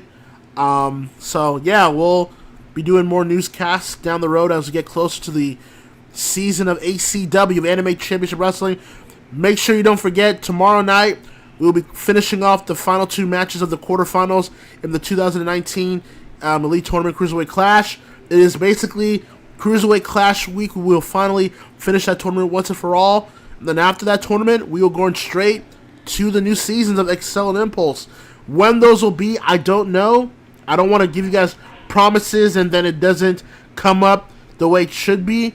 But, yeah, after the Cruiserweight Clash tournament, we're getting right back to Excel and Impulse. So, we'll figure that out. I'm working on Excel and Impulse right now. Fusion I'm working on as well. So, we're going to be getting some ACW content back fairly soon.